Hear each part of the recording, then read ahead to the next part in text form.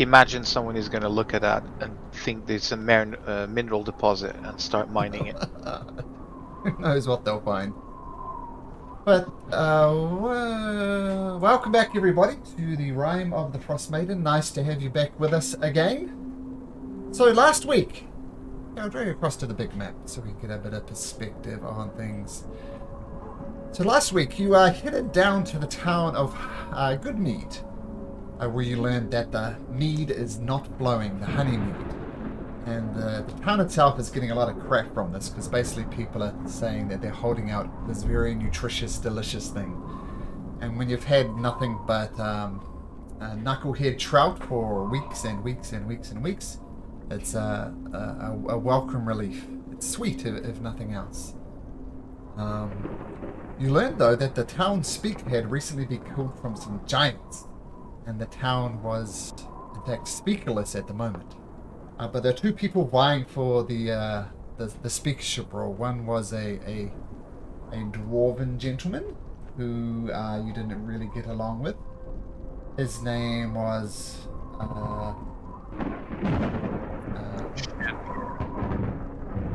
somebody Froth. What was it? Shandar. Shandar Froth. There. Shandar Froth.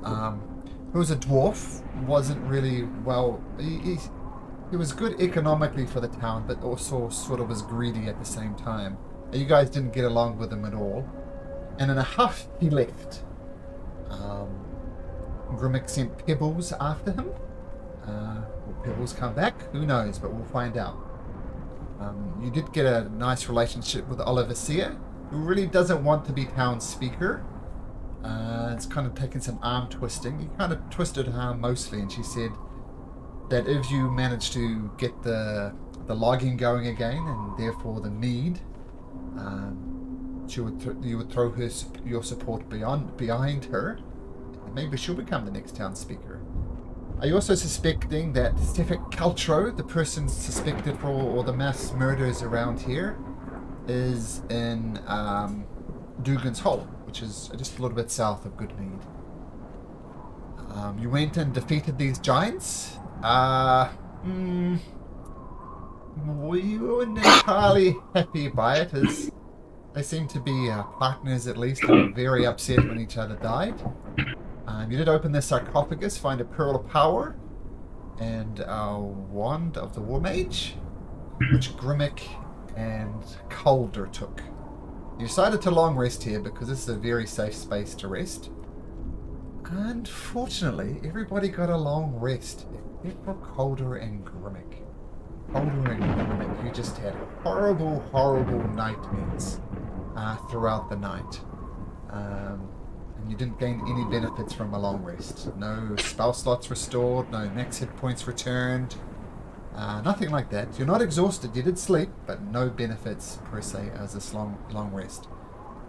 So as the morning comes, more pleasantly for some than the others, what do the Neverlost Knuckleheads wish to do?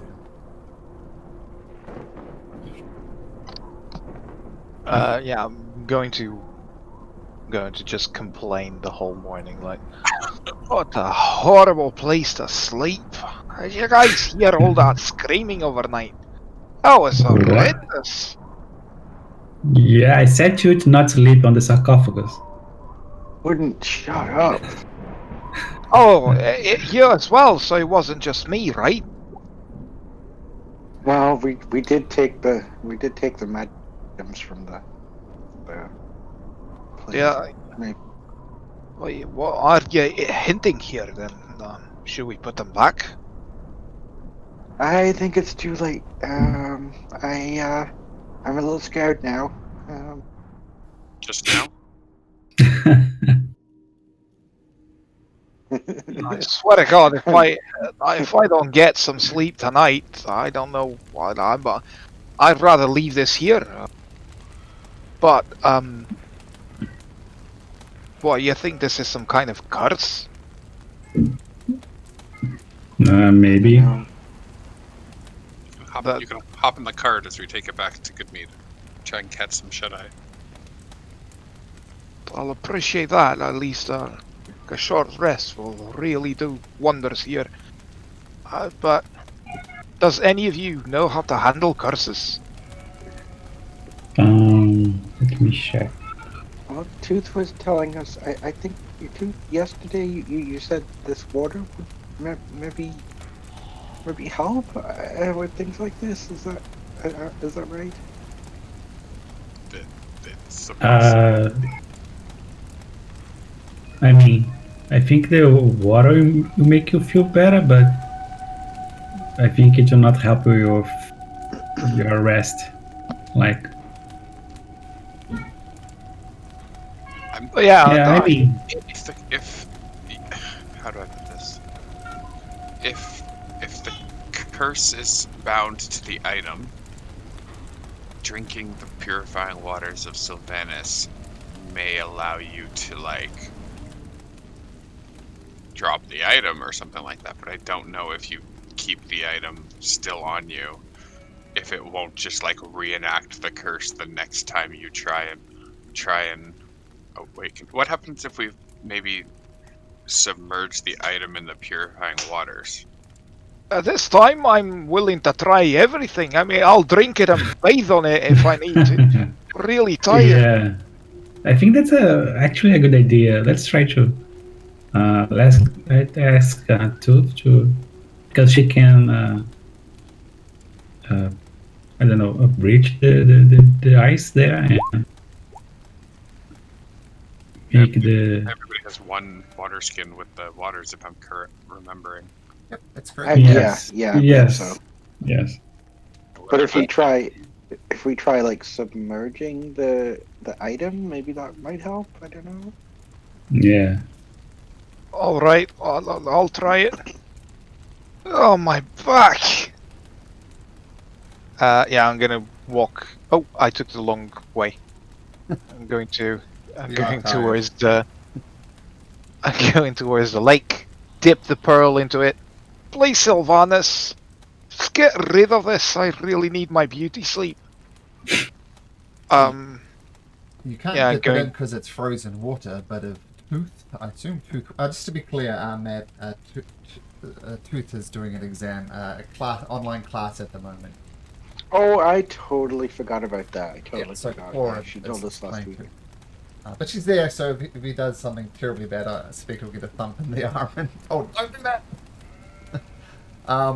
But I assume Tooth would come and dip her hands in and then get the water maybe in the palm of her hands, and Holder can dip. What is it called to have the mage, the wand, or the?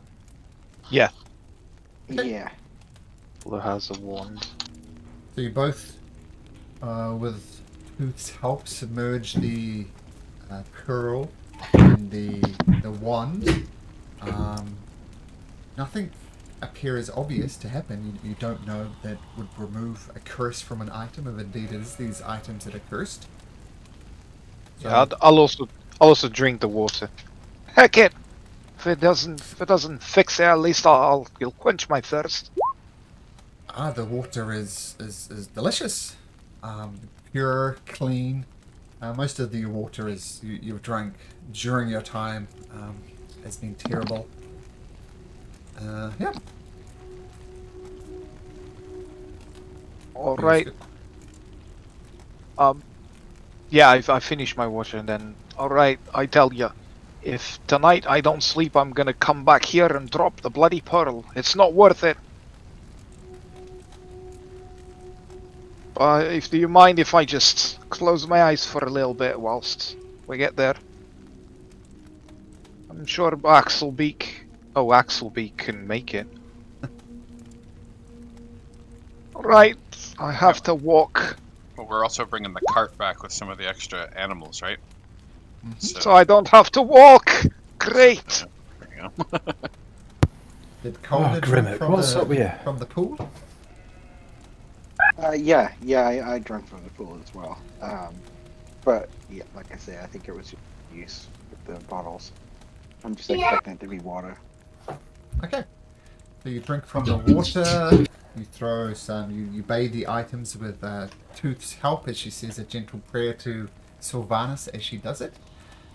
Gathering together axe beaks, carts, goats, 3 barrels of honey mead, or 2.5 barrels technically, and you slowly winding through the forest. You get back to Goodmead around noon, something like that. What would you like to do in Goodmead?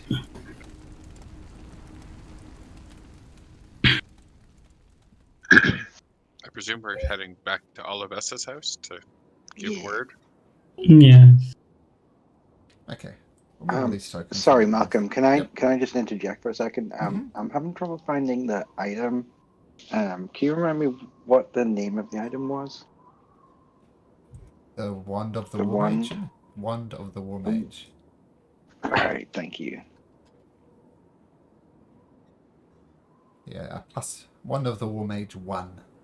Or +1. I don't know why they have. Yeah, so just Wand of the War Mage, and you can just drag that onto your character sheet.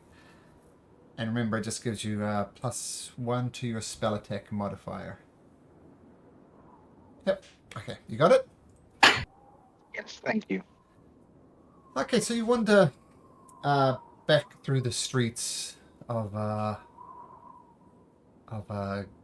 Goodmead. Goodmead, yep.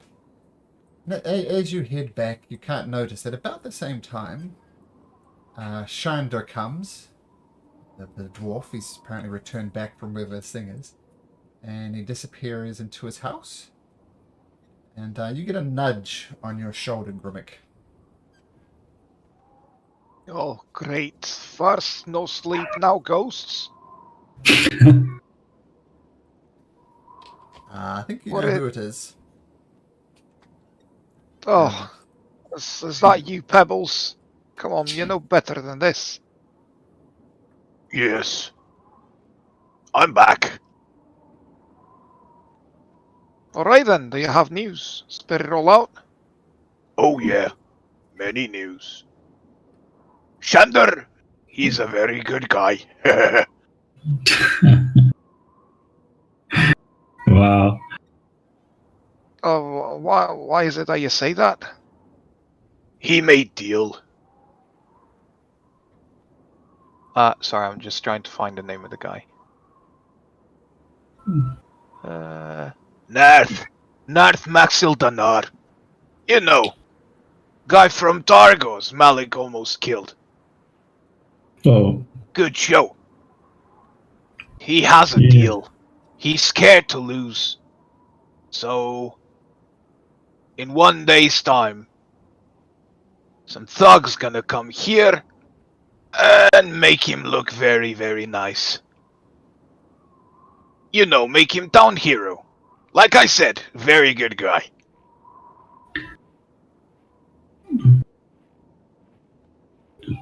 Oh dear. Pebbles, that is not a definition of a good guy, you know? But you are doing same. You went to kill Giant to make yourself look nice. Right, I can understand why you're so confused, but still, good guy. If you say so. Oh, by the way, you all heard. You were all We hearing all that. here? Oh, okay. Yeah. Okay. So what this Pebbles means that a group of thugs are gonna invade the town? Alright, I think what our little rocky friend here is saying is there's gonna be a show here and Shander might come up from it looking like he's the savior of town. You know, like Pebble said, like we wanted to do. Where are they? Where are they going to be coming from? How many? Targos, it seems. They're nail and flesh. This Shandar and Nerth Maxil Danar. I never liked him. Now I have more reasons not to.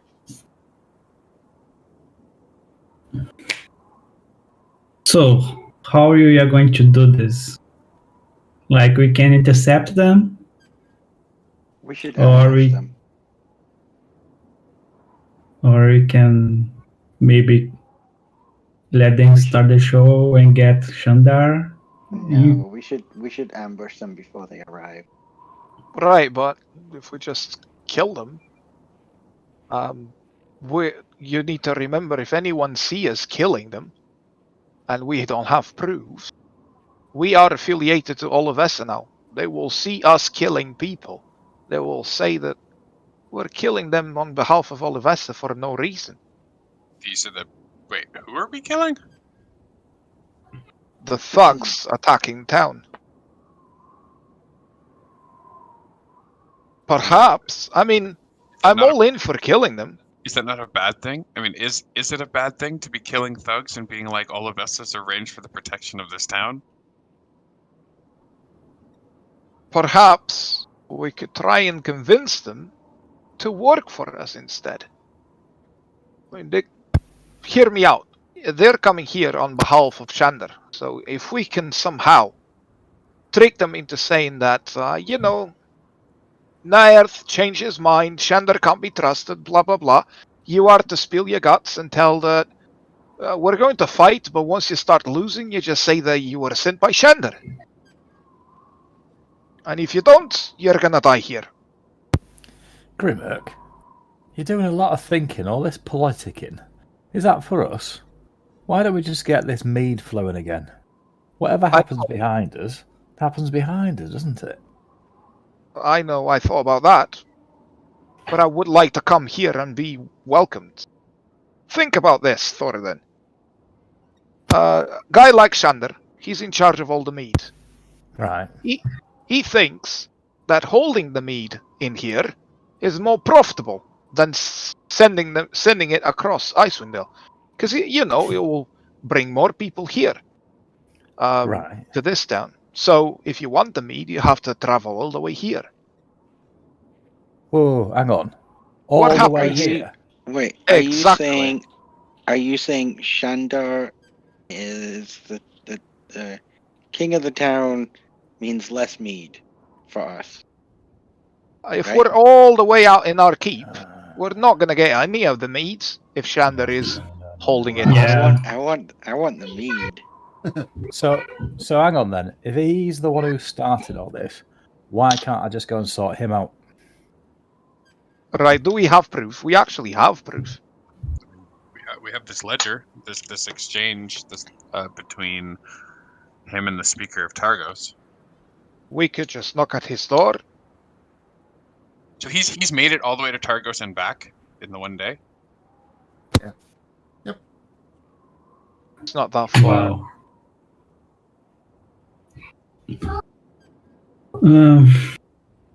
And how many thugs does he have with him? That's Pebbles, what I wanted. how many are there? Does Pebble know how many are there? I mean, 8. yeah, you see Pebbles like struggling, but he does say, "These many." He just holds up a bunch of stones instead of fingers. So chubby little hands made of rocks.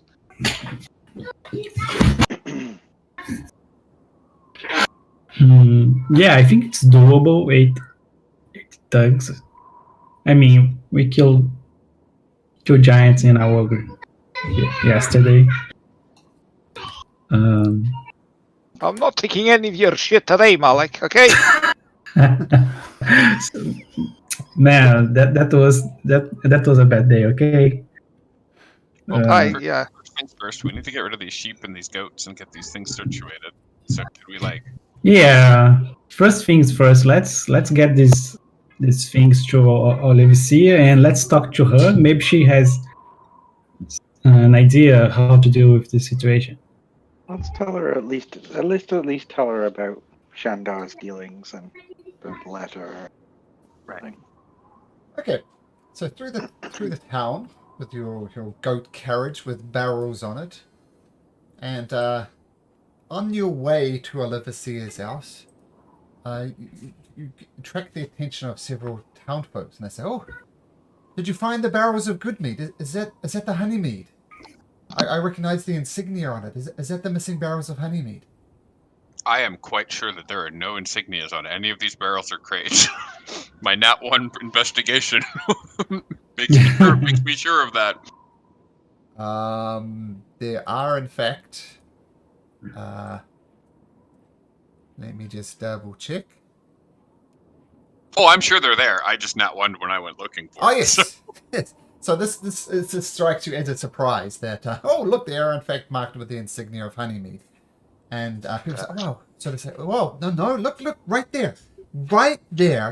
I see 3 barrels with the town crest of Honeymead. Did you find the missing barrels? Is that them? Yes, we, the Knuckleheads, was helping Olivia, and we brought back the meat, and we killed the giants, as Olivia requested yesterday. This was Oliver Sears doing. Wow, fantastic. Well, Yes. send them to the meat hall. I'll alert the town. I think this is going to be a day of celebration. And the person you're talking to starts running around saying, the meat is back! The meat is back! And you see crowds already starting to gather and peer across at you guys. What do you do? Head to Oliver Sears' house? Yes. Okay. So you head around to Oliver Sears' house, park the cart, barrels, the goats outside, knock on the door, and Oliver Sears opens the door and says, Oh, you're back at... Oh, you found the honeymead. Oh, that is fantastic. That is great. Come inside. Bring the barrels in.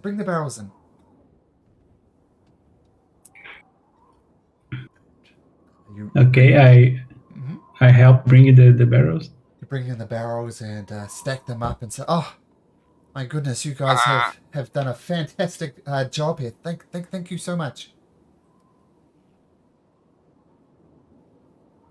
Is this guy one of the persons that actually work at the mead hall? Did we see him before? The person who spotted the barrels was just some guy.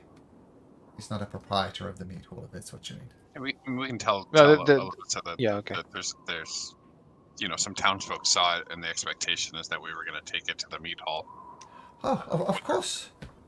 I mean, a lot of the barrels of mead actually come from this house. Like, I'm the one who barrels it, so Gotcha. Yeah, let's go to the town hall. Let's celebrate. This is a good idea. And tell me, what of the giants? They Very dead. Problem. Yeah, they're dead. Very dead. Well, that is true. Then logging can resume. Do you have any proof of the giants' demise? I have a slight migraine, and I forgot the fingers. Sorry, guys. You had one job, Malik. Of all the times to forget to take the fingers. Well, yeah. Look, if you want, we can go back to the forest and show you the bodies. well, let's. Well, at the very least, we've got these barrels. Let's. Yeah, because how do you think we are gonna have these things if we didn't kill them? Oh, right, and It's not we just have the barrels, is it? we We've have got the other goats animals as well. Right. Yeah, we have goats and sheep. Well, it's great. And their cart. That's helpful, no doubt. But yes, this is a time for celebration. So we head over to the meat hall. I say to Levici, hey, you can ask the goat. Tooth can do the translation for you. She can ask the goat, and she will tell you that we killed the giant. You understand that someone bleating to a goat and it bleating back would hardly constitute proof in a court of law. Okay, so you don't believe in animals? Well, listen. I believe you. Many won't. Okay. I mean, this town is very divided along political lines. Those loyal to me will take my word for it. Those loyal to Shanda will call you a liar to your face, and no bleating goat will change their minds. Yeah, we can show them the way. Speaking of the integrity of Shandar, and Claw brings out the letter that he has.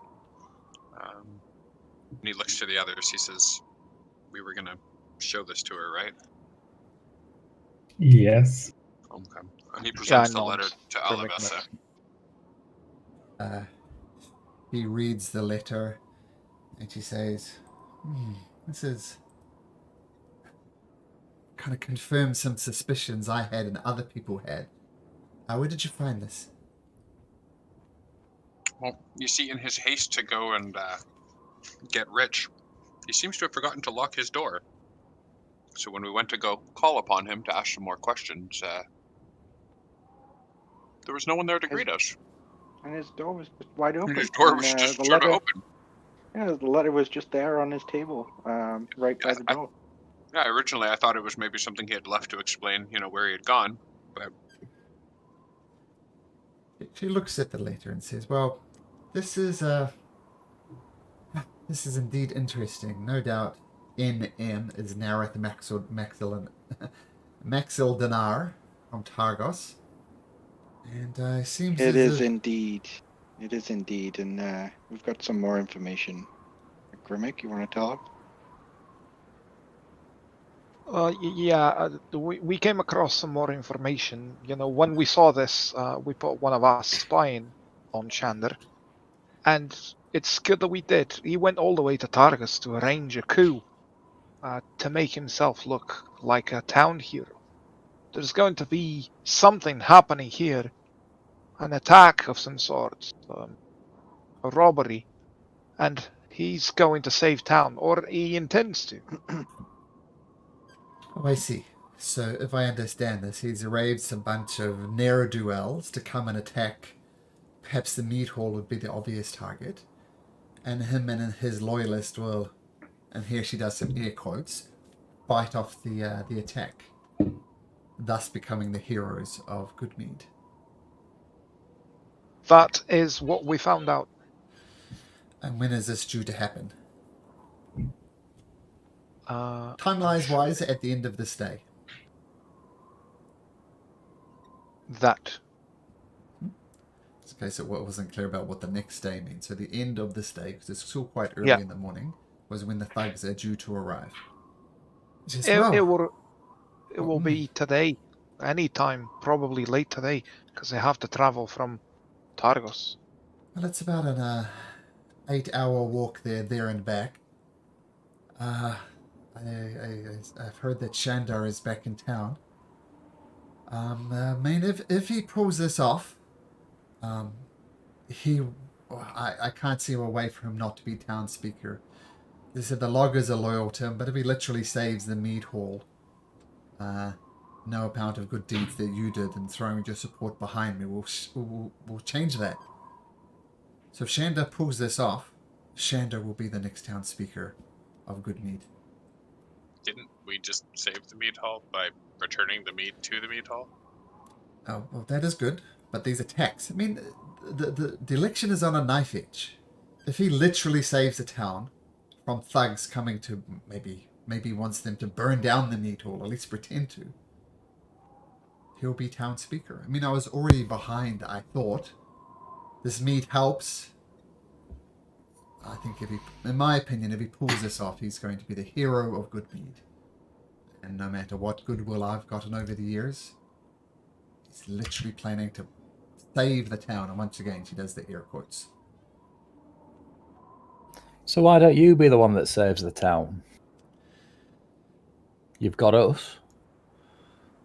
You've got the mead. They'll have everything then, won't you? What about the thugs?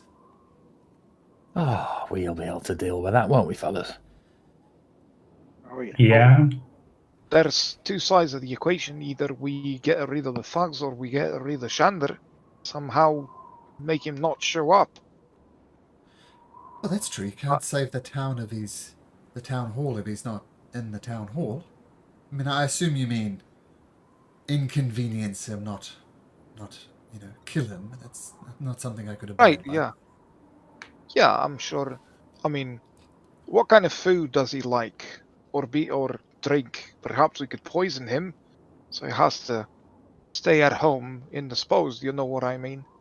Oh, the drink, honey mead seems the obvious one. I mean, everybody will be drinking soon. Yeah. Food, I don't know what he likes, but what he eats is knucklehead trout. But I think we also needs to look for his fellas, because they can do the deed and say that it was Shandar who sent them. Even if Shandar doesn't show up, they can still get the credit for the deed. So we're assuming that these thugs are going to come, cause a problem, and the loggers and stuff, which are loyal to Shandar's, are going to be his fighting force? Yeah, this is his plan of Oliver says. Then Shandar and probably 3 of his closest cronies would be there. A group of 4 of them. Won't be literally all the loggers. So those most loyal to him, his lieutenants, as it were. About 3 of them. So if I'm right, then Shandar, 3 of his close cronies who I can point out, and if they're in the mead hall and hanging out, and I don't know, maybe that could be the chance. Yeah. So it'd be 4 of them you need to deal with if you do want to go down that path. So, Claude, do you know the ways of poisoning?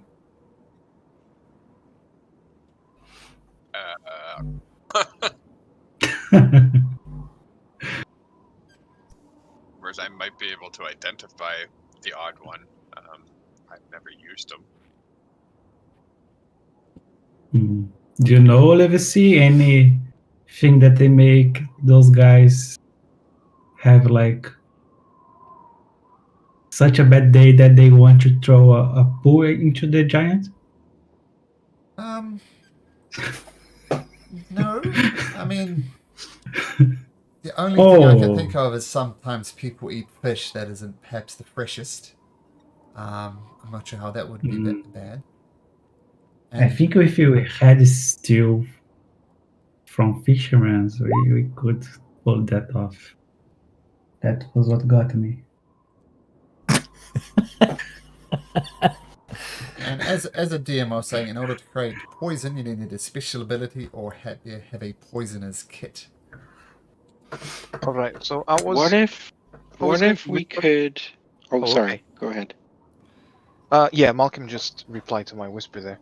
At this point, yeah, like Grimmick will just say, lads, Grimmick, Pebbles is not the one to fight very often, but his attack stings like hell. Perhaps we could use his poison to try and poison some of the meat. You what his poison do? Like it paralyzes or make the person feel ill? Oh, it once gave me a lot of fever. I couldn't even stand. He likes biting me every once in a while. I think I grew a bit. I grew a bit resistant to it over time, but in the beginning it was a pain. One of the side effects, I couldn't leave my loot. It gives fever. You don't want to be bitten by him. And yeah, you hear Pebbles laugh. Yeah, that sounds good to me. I've got another idea. I've got an idea. Oh, okay. Go ahead. Let's start laughing yet. So, right, you remember that speaker at the keep? The gobby one. Which one? There's been a couple. The one that just kept going on and on and on. The one I put on his ass. The one in Dinaval?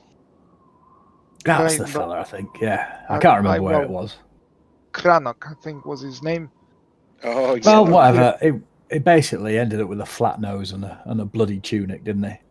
So why don't I go and have a similar word with that Shandar lad? He's not going to make it to the mead hall. If he doesn't make it to the mead hall, then we don't have to worry about his pals, do we? Well, also, I could, I could suggest that he just come clean after the battle. We could just let him battle, and then when the crowd gathers, just let him make him tell everyone what he did. Or we could do both. Yeah. I'm liking that. I like the sound of that. I mean, I'm not one to beat another dwarf fella, but this one deserves it. Marvellous. Yeah, he's a real douche. At which point Thoradin starts rolling his shoulders over, getting himself ready. I could just see it. It's So- geographical, man. So the plan is punch him in the face and suggest him to come clean to the town. Right. I think plan is step 1, knock the fuck out of Shander. Step 2, got the meat hole and save it. Step 3, if Shander gains conscious and comes back and starts pleading that he's the victim, our friend Collar here just needs to make him tell the truth. I've got two shots at it, so Hang on. Do I not get to hit him again? Oh, yeah. I mean, after everyone knows he is not the smelliest of the flower, the best flower to smell, you're free to punch him like a punching bag. Okay, and we are also poisoning his fellas. We don't. Wait, we have access to poison? I don't think we need Yes. poison. Yeah, and you see Pebbles start getting excited about poison, and then I say, I don't think we need poison, and then he starts getting sad. Olive I Sear don't pipes know. up. Well, I mean, punching Shander in the face is one thing. Keep in mind that his cronies will be around him. He never walks around alone. So you'd have to do it so no one notices. I'm assuming is a plan. You'd have to knock him out, knock his cronies out, and hide them away somewhere while these thugs comes, all without anybody else in the village noticing you. Don't worry, I'm a master of stealth.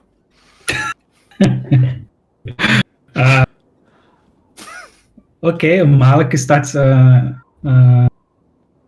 do just like a Thoradin, starts rotating his shoulder. Okay, let's do it.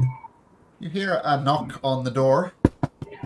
Hey, we heard some meat has arrived. You're not hogging it, are you, Oliver? Why don't you bring it out? We're thirsty. This is what the town needs. Come on, hurry up. Oliver says, well, that person is not wrong. Word has gotten around.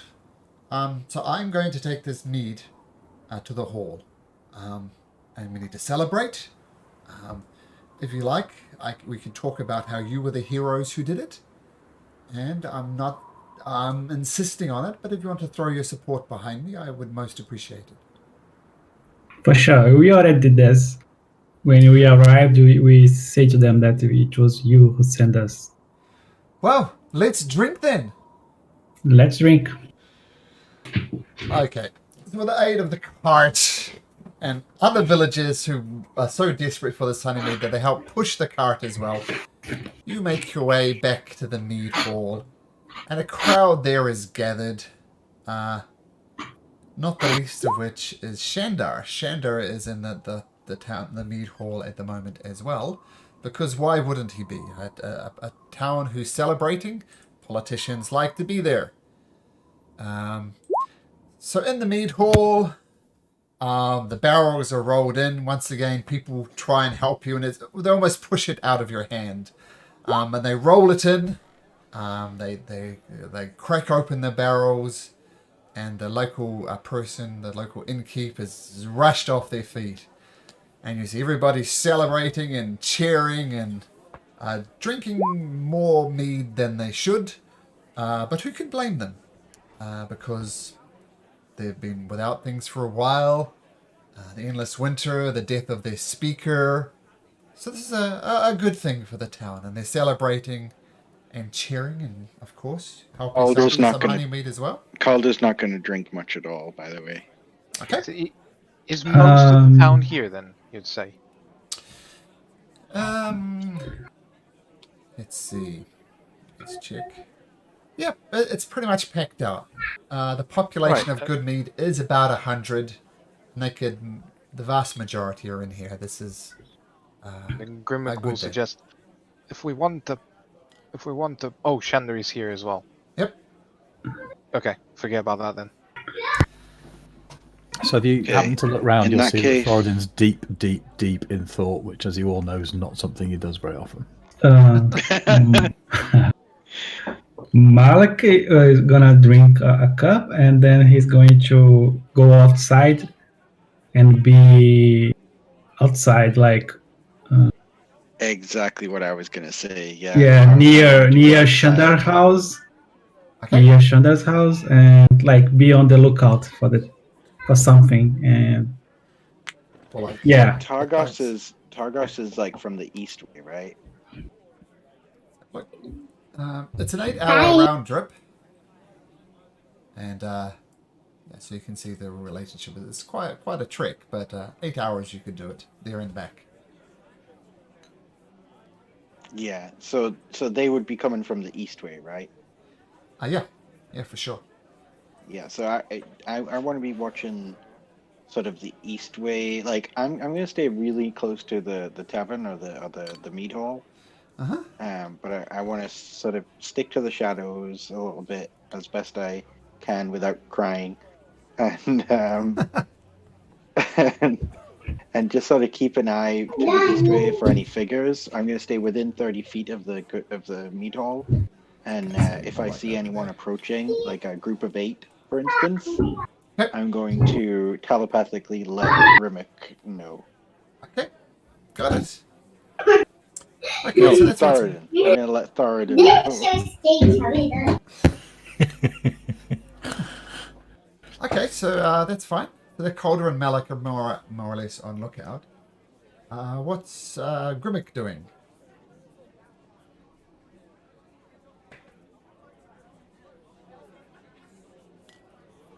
Grimmick, what you doing? Grimmick, no!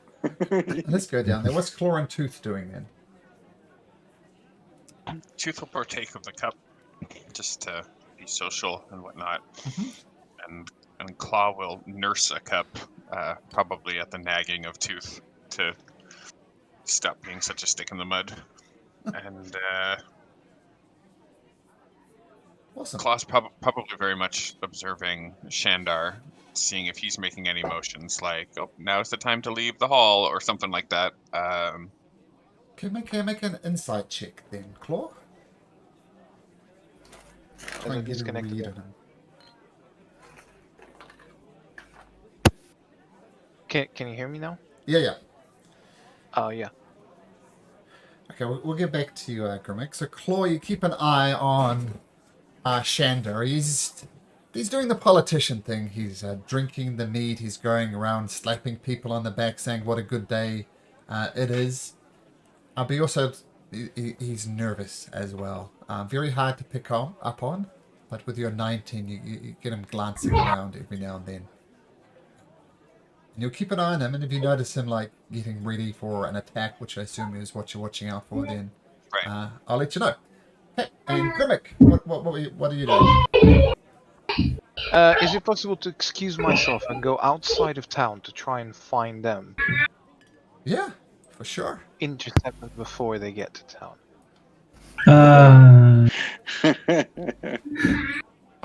Okay. Bold, Grimmick, bold. I'll bring pebbles with me. Okay. And Are you, how far are you getting telling out me of what town? you're doing? No, I'll just excuse myself and I leave. Okay. How Right, far guys, out I'll of town bring are right you? back.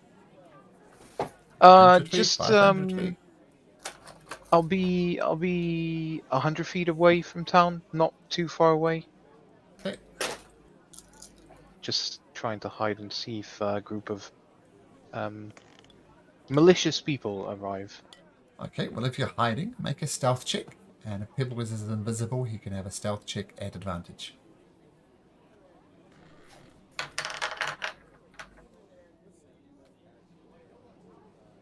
Best. Okay. Right. Stealth with advantage for. Yeah, Pebbles. So I assume Pebbles. Pebbles is invisible. Yep. Okay, 8 and 20. Okay. Noted. And I think the only one now is Thoradin. What's Thoradin doing? So he's finished thinking. A little flicker of light goes across his eyes. And he kind of turns around to see that everyone else has disappeared. Obviously, Tooth and Claw are still here.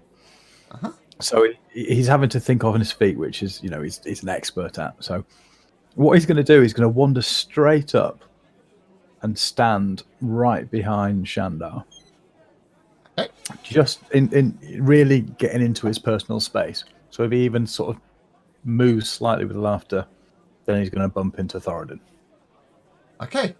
So, it sounds like you want him to bump into almost, and it's not hard. I mean, as I said, he's doing the rounds, doing the political thing, and chatting with everybody. And he's just talking to a group at a table, and he turns like in a perfectly normal way, and you get into his space, and he bumps into you, and it kind of comes across as a bit rude because you're standing too close. There's social norms that you're breaking. Excuse me, could you step aside, please? Well, why do you think I would do that? I've come to talk to you. Oh, sure. Whoa. Yes. So you have the honey meat? Great honey meat, isn't it? It's good to have it. It is. And it is delicious, by the way. It is fantastic. Sweet, a little hint of honey, about the alcohol level of about a beer. It is just fantastic, especially after so much knucklehead travel. So yes. Good to have the honey mead back. This will do wonders for the town. We can export this across the 10 towns, and prosperity will be brought back to the towns. Fantastic. Well, it's great that you've arranged for this, isn't it? We're all grateful. Oh, of course. It's the least I could do for the town. No, it's a good thing. Listen, can I have a quick chat with you? It's a bit noisy in here, but I've heard something about Olivessa that I think you need to hear. Oh, of course. And Shall we just step outside quickly? It's very, very noisy. Make a persuasion Everyone's check. obviously celebrating too much, aren't they? So Make a persuasion check. This is great. Uh-oh. It's okay. Oh. It's okay. Maybe. And he comes over to a corner of the tavern where Pip's. Excuse me, we will be needing this table. Can you move, please? And they do it willingly. And you suspect they're supporters of Shandar and will kind of do what he says. And he sits down in a quieter part of the tavern, but there's still lots of activity around. This will be fine. What is it? What do you know about Olivessa? Are you sure you want me to say this in public? There's still people can overhear, you know. Half of them are drunk. It'll be fine. Only half? I thought the mead was good. Well, maybe half drunk would be the better description. Ah, I see. That's a good place to be, isn't it? So what is So it? Thoradin will sit down opposite him. Mm-hmm. So listen, I've heard a horrible rumor, and it's got a lot of people a bit worried. Now, we hear that Olivessa is arranging for people to attack us tonight. Have you heard anything? Because you must know everything that's going on around here. Make a deception check. Deception. Deception? Yeah, that's not true. Well, that's better than persuasion. Oh, let's have a look. I'm loving this. I'm just sitting here. I feel like I need some popcorn. I'm just going to Thoradin's trying to be sneaky. It's not going to work. I know, this is awesome. continue with my insight to see how he reacts to Okay. a very well, similar plan being. Claw is keeping an eye on him, so we'll get there in 1 second. But first, I want Thoradin to make me an insight check. Insight this time? Yeah, okay. Yeah, insight, yep. Get a read on what he says. There Awesome. you go. Both of you Whoa. notice, both Claw and Thoradin, that he grimaces a little bit and says, so what did you say? You said that Olivessa is planning to... Say what you said yesterday again? That Olivessa is planning to have the place attacked. He's shocked by this. Both Claw and Thoradin notice that he's very confused and said for a second, that is unbelievable. I mean, Olivessa has lived here her entire life. She's bound up the mead for years and years as a forgotten the word again. Person who does Cooper. barrels. A cooper. Worked as a cooper for years. Everybody likes her. I quite honestly don't know what your game is, but there's no way in the world Oliver C. would do such a thing. She's a beloved figure of this town. I can only tell you what I heard. And I tell you what, shall I take you to the person that told me? Are they in this tavern? They were, yeah, definitely. Who is it? It was a quite a tall fella. Obviously, I don't know his name because I'm not from here, am I? So, but it was tall, quite thin. He had a cloak on. Oh, it's easy if I just take it to him. I'm not very good with describings. So let me get this straight. You're a newcomer to this town. Aye. Someone who you do not know, would have no reason to trust, has told you that Olosir is planning an attack on this town. And you believe Yeah, well, them? he was talking to a few other people. I don't know whether it's right or it's wrong. I just thought you, being the next speaker, was the person to be able to sort it. Well, we have town If you don't guards. want to, that's fine. We can take it into our, take it ourselves, and we'll become the speaker. One of us will be good at it, I'm sure. And he gets right up into your face, stares you in the eyes, and gets uncomfortably close and says, "Look, I don't know who you are. I don't know what your game is, but you need to stop talking. You need to leave my presence. I don't believe your lies, and I don't believe what this game is, but it's not going to work. Do you understand me?" And then he takes his finger, flicks you right in the forehead. Did you just flick me in the forehead? Did you just flick me in the forehead? And he says, look, I'm sorry, I shouldn't have done that. And he flicks you in the forehead again.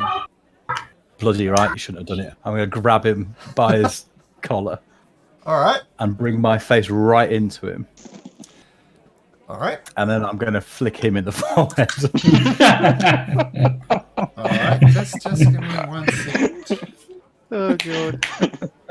This is the most playground fight ever. Oh dear. You flicked me on the face. So let's I'm not not touching talk you. what I'm not Malik touching you. flicks. I'm not touching you. Let's not mention what Malik flicks on someone else's face. Yeah, I don't use What- fingers to flick. We're lucky Malik's not in there. You stabbed him by now. All right. I think we're crawling gently up the ladder. Sorry, Malcolm. No, this is good. I'm just getting things organized. So, Getting things organized means making a tavern fight map. Yeah. okay. Why did I decide to leave? Why did I It's gonna be decide to leave? Thoradin versus all four. Okay, Thoradin, You left roll, me on my own. roll into the initiative. Shander has a blue token. You shouldn't have messed with him. Yes. Shander is just a token. He's not. Has a character sheet, which is why it looks like that. Oh, Thoradin, there we go. So what do you do? So is this after I flicked him on the forehead? No, this is right after he flicked you on the forehead for a second time. Okay, so Game on. Yep. So I'm going to grab hold of him and I'm going to flick him on his forehead and then grin at him. Make an attack roll. Oh, wow. Unarmed, I assume. No, it doesn't really matter since you won't be doing damage. Oh, okay, Damage alright, yeah. just a hit. So roll with anything you like. I hit him. I hit his forehead. I hope.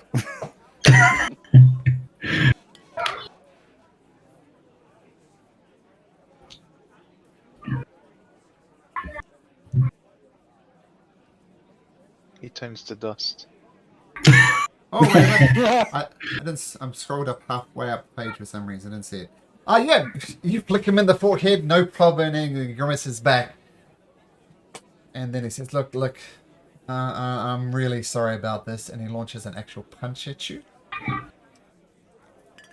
Oops. Let's bring up his stats. This is club, but it's not really a club. But you swing out of the way of it, no problem. He says, bring it on, lad. Bring it on. I have to apologise to everybody for this. No, At no, the it's top great. of his It's voice. great. It's great. Yeah, Go At ahead. the top of his voice, You're starting Thoradin a is tavern going to. brawl. It's like the most D&D thing ever. I know, but this is going to be my first. Mate, you're only the second person in this party to start a fight with a speaker, so And this one's not really a speaker yet, so there we go. But yeah. So, at the top of his voice, Thoradin's going to roll backwards, look up in the air and shout, "Bar fight!" and lamp him. Okay. I'll try and lamp him anyway. Okay. So you're Oh, gonna and he try. misses, I assume. Yeah. So on Shando's. Does Calder hear Oh. that? Does Hey, Calder you. hear that at all? Yeah. Oh, thanks, Malik. I know it's hard with kids. You swing hard and you swing too hard, and Shanda very easily slips out the way, and he says, "Boys, let's get him!" And 3 of his lackeys come and join the fight. That's why we have these lucky tokens. Sorry, guys. If we take them out now, they're not here to save the tavern later.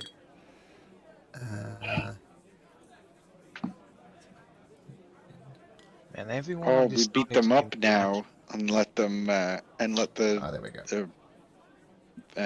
thugs arrive and show them the beat up guys. Okay, Shanda. So Thoradin, you throw your punch. It misses horribly. Shanda sumps out, "Get him, boys!" And you see 3 of the people who vacated the table start up and start approaching you. They don't get through you yet. That was Shandar's turn, yelling out. No, actually, he's gonna throw a punch while he's at it. He can yell and throw a punch at the same time. Can Tooth and Claw join the initiative for the sake of we're there and observing, and if we choose to act, then we can? That's an excellent idea. Chanda throws his... Oh, he rolled a natural 1. Everybody's having too much mead. It's another big haymaker, and basically you both slip on beer on the ground and fall to the ground. Tooth 12. Okay, let's add Tooth in. Wow. Whoa! Whoa. Whoa! Nice. Guys, bar fight? Yeah, that's me. Does Mark hears the yelling and the confusion? Not yet. I This is- assume that Okay. Calder would hear Thoradin screaming "bar fight." So you were 30 feet away from the pub. And what was Malik doing exactly? I was in the lookout here for the approaching the thugs or something. Okay, both of you make perception checks, Calder and Malik. Okay. I love this. You have a certain idea of how the sessions will go, and then something completely different goes. It's wonderful. All of us had a very different idea to what even Thoradin, I think.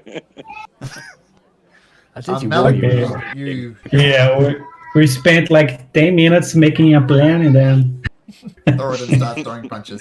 10 Right, minutes he when threw the punch first. So Thoradin, Malik and Calder both roll into initiative. Malik, you didn't notice this time, so you're still steering out. But Calder, you can roll in with Okay. 18 perception. But both roll into initiative. Okey-dokey. But Malik will be doing nothing. All right. okay. There's Calder. 19, but I didn't join. Wow. Did I need to click Um, the token or? No, you're good. yeah, You're just at the We don't bottom have- of the we don't list. Oh, I see. Okay, but the last thing that happened was the Shander throws a punch. The lackey approaches. Malik, you say, "Well, what? You still on lookout?" Claw. Does Claw want to do anything? Claw's going to break line of sight, maybe hide behind a cask or something like that from that sort of group, just for the sake of being stealth from their line of sight or whatever. But he'll just observe this round. All right. then be prepared for the next round should something happen. Holder, you hear Thoradin shout out, "Bar fight!" And then obviously some type of scuffle is happening inside. Calder is going to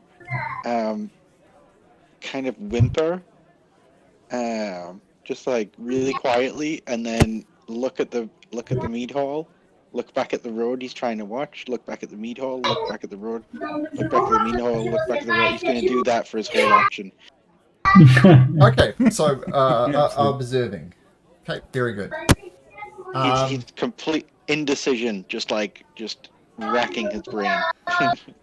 Okay, the two lackeys they rush up to the scene. So all the lackeys are there now except one who's a little bit behind.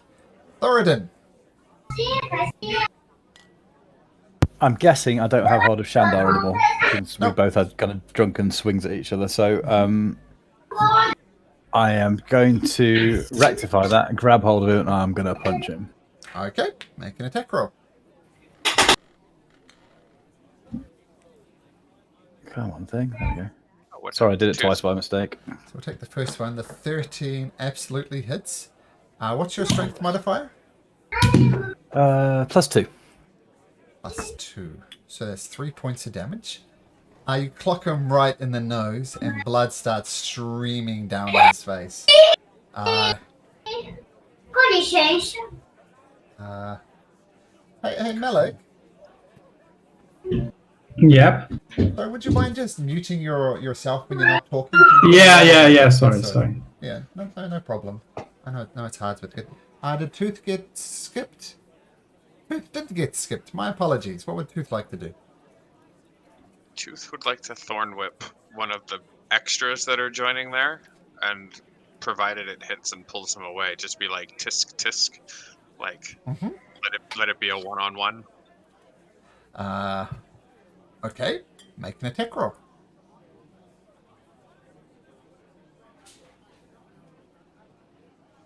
Oh damn! Ha! Guess not.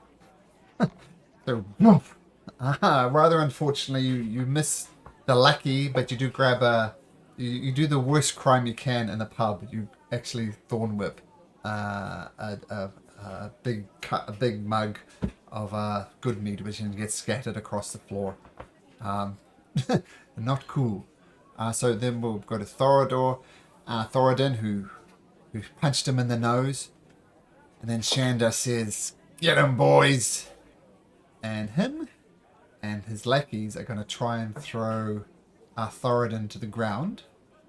So Thoradin, make an athletics or an acrobatics check, your choice, and they will do the same but at advantage.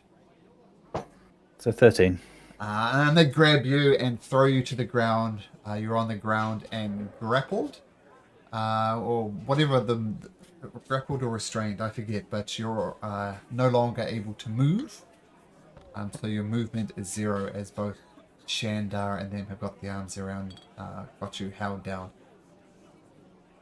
And says, "Boy, you're a stranger in this town and you're causing trouble. I suggest you stand down." That's their turn. Oh, sorry, Malik's not grappled. What's Olivesta doing throughout all this? Looking on in horror. Okay, Malik. I'll make a perception check, Malik. Okay. Perception.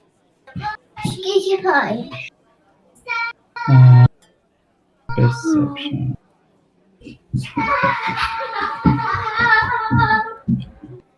Okay. Yep.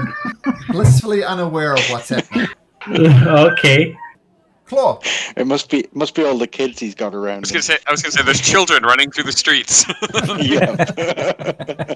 There we go. Make the narrative work. Absolutely. If Thoradin's been knocked down, then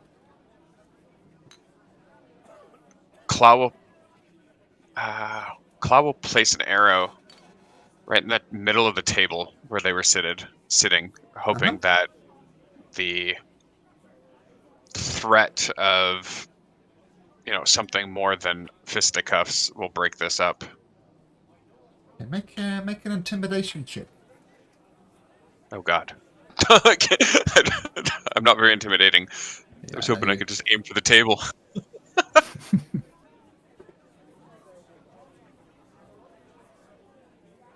You slam the arrow on the table and it rolls to the slide and falls off and no one takes any notice of you whatsoever.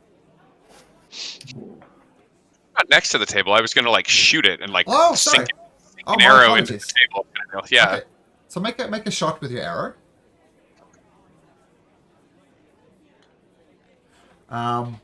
Rather miraculously, you do shoot the table through the crowd of onlookers.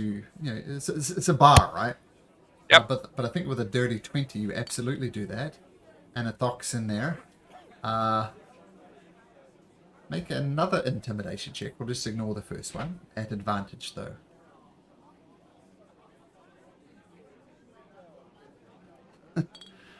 Once again, a Thoc's in the table vibrates a little Damn bit.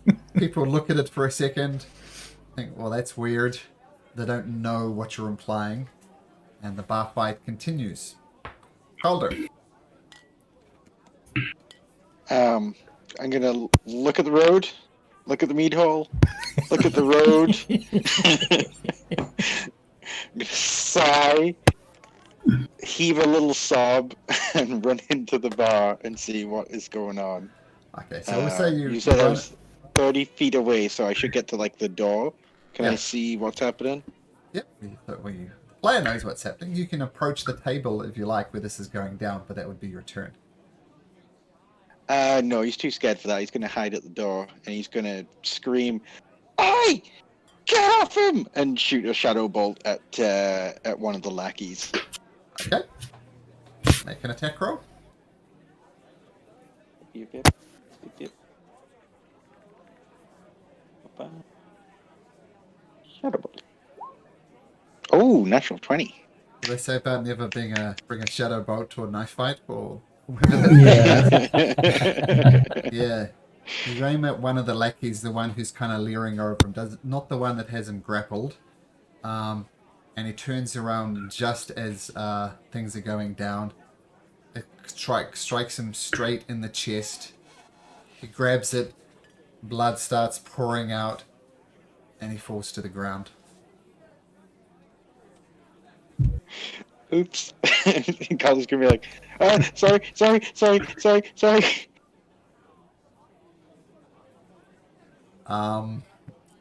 That took a dark turn. I know.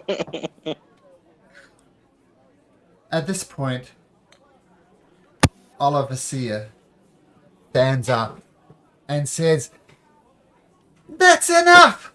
Calm down, everybody! Calm down! You two, release him!" And Shander sees his fallen comrade looking very bad with basically a hole in his chest. And he released Thoradin and steps back and puts his hands up. We'll go through the initiative order to see what people do. But the lackeys are standing down, Shander is standing down. What's Tooth doing? Tooth, seeing the bloodshed, will rush over to the dying man and I guess technically feed him a Goodberry because that gives 1 hit point. Yep, that's fine. And it's an action to feed him the good berry, but I assume Tooth will be doing that. And the man, despite this horrible wound in his chest that is... How would you describe it, Calder? How would a shadow bolt to the chest look like? Calder flavored. Well, it's like shadowy fire, so it would kind of blast him and yeah, kind of like it would be like a almost like a shotgun spray of kind of burning. Nice. Okay, so with that gruesome wound in his head, Tooth, who perhaps is already looking like the guiding light of this party. Maybe someone with a conscience in the party will help. but feeds this poor gentleman a good berry, and he coughs up and kind of blood spews out of his mouth, and he rolls onto his side and groans, but he's very much alive. Thoradin, you are no longer grappled. So I assume I'm on my feet. If not, I'll climb to my feet. Yep. And Thoradin's going to turn around to Shandar and say, well, not say, growl at him as always. I told you not to flick me on the forehead. And then he's going to flick him on the forehead. I will make an attack roll. Oh. No free flicks here. I kind of gave myself a free flick, but that was for flavor. But that's all good. Nope. So it's 9. He's not armored in any way. His AC is 10, so you really fluff that. You flick it in the air. Yeah, so he kind of does a Neo dodge to the side. Doesn't hit. Anything else? Yeah, he's just going to walk away and put some distance between the two of them. Okay. Shandar's... We'll get back to Shandar. Malik, make a perception check. Okay. Blissfully watching outside.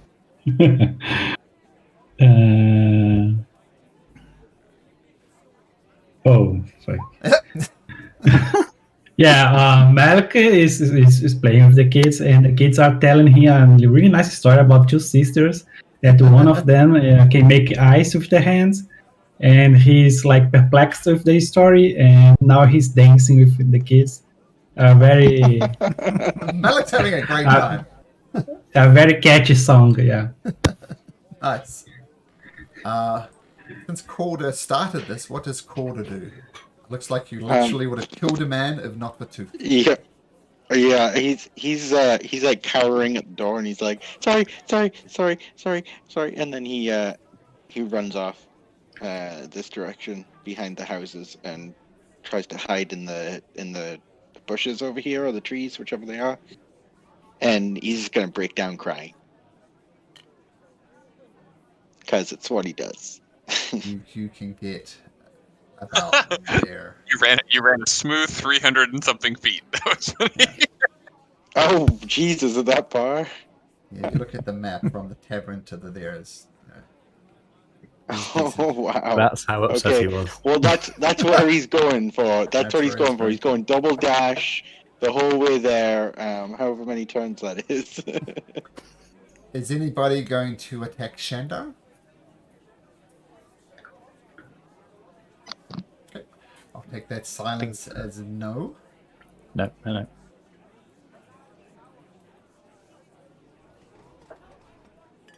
Oh, damn it. I had a bar fight thing on Sirenscape. I should have been playing the bar fight music, but never mind. Shandar gets up on the table. Everybody is shocked at how dark these things. And he calls up some people and says, You and you. You've worked as a militia before. Go get that tiefling right now. And 3 people, they're not any different from other people. They start hurling out there, chasing after Calder. Is Calder running away? What's Calder doing? Yeah, he's double dash running. And then you're going to hide in the bushes? If he can. Make me a stealth check.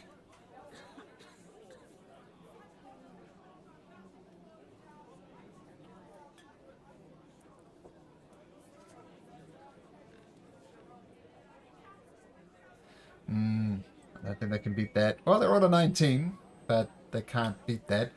And so they come around searching. You do a great job of hiding your tracks in the snow too. You duck into the bushes and they start searching around, but they don't have an eye on you. And Shandar stands up and says, "But these interlopers have come to our town and they literally tried to kill one of us." And he makes a big show of helping the guy on the ground with this chest wound. You? Anybody associated with this tiefling? And he points to Tooth, he points to Claw, he points to Thoradin. He says, "You need to leave this town post-haste. Get out of here. You are not welcome." What does Tooth, Claw, and Thoradin do?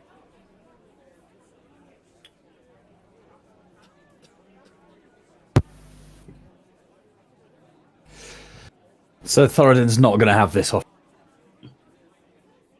And so instead of doing anything kind of violent, I suppose, he's just going to stand his ground.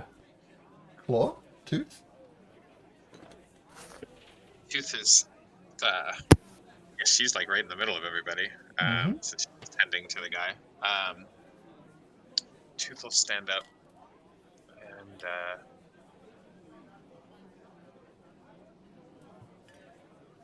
she'll basically say,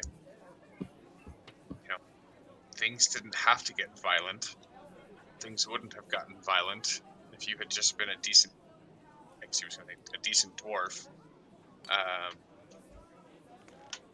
and weren't making underhanded deals with Targos. She has no tact.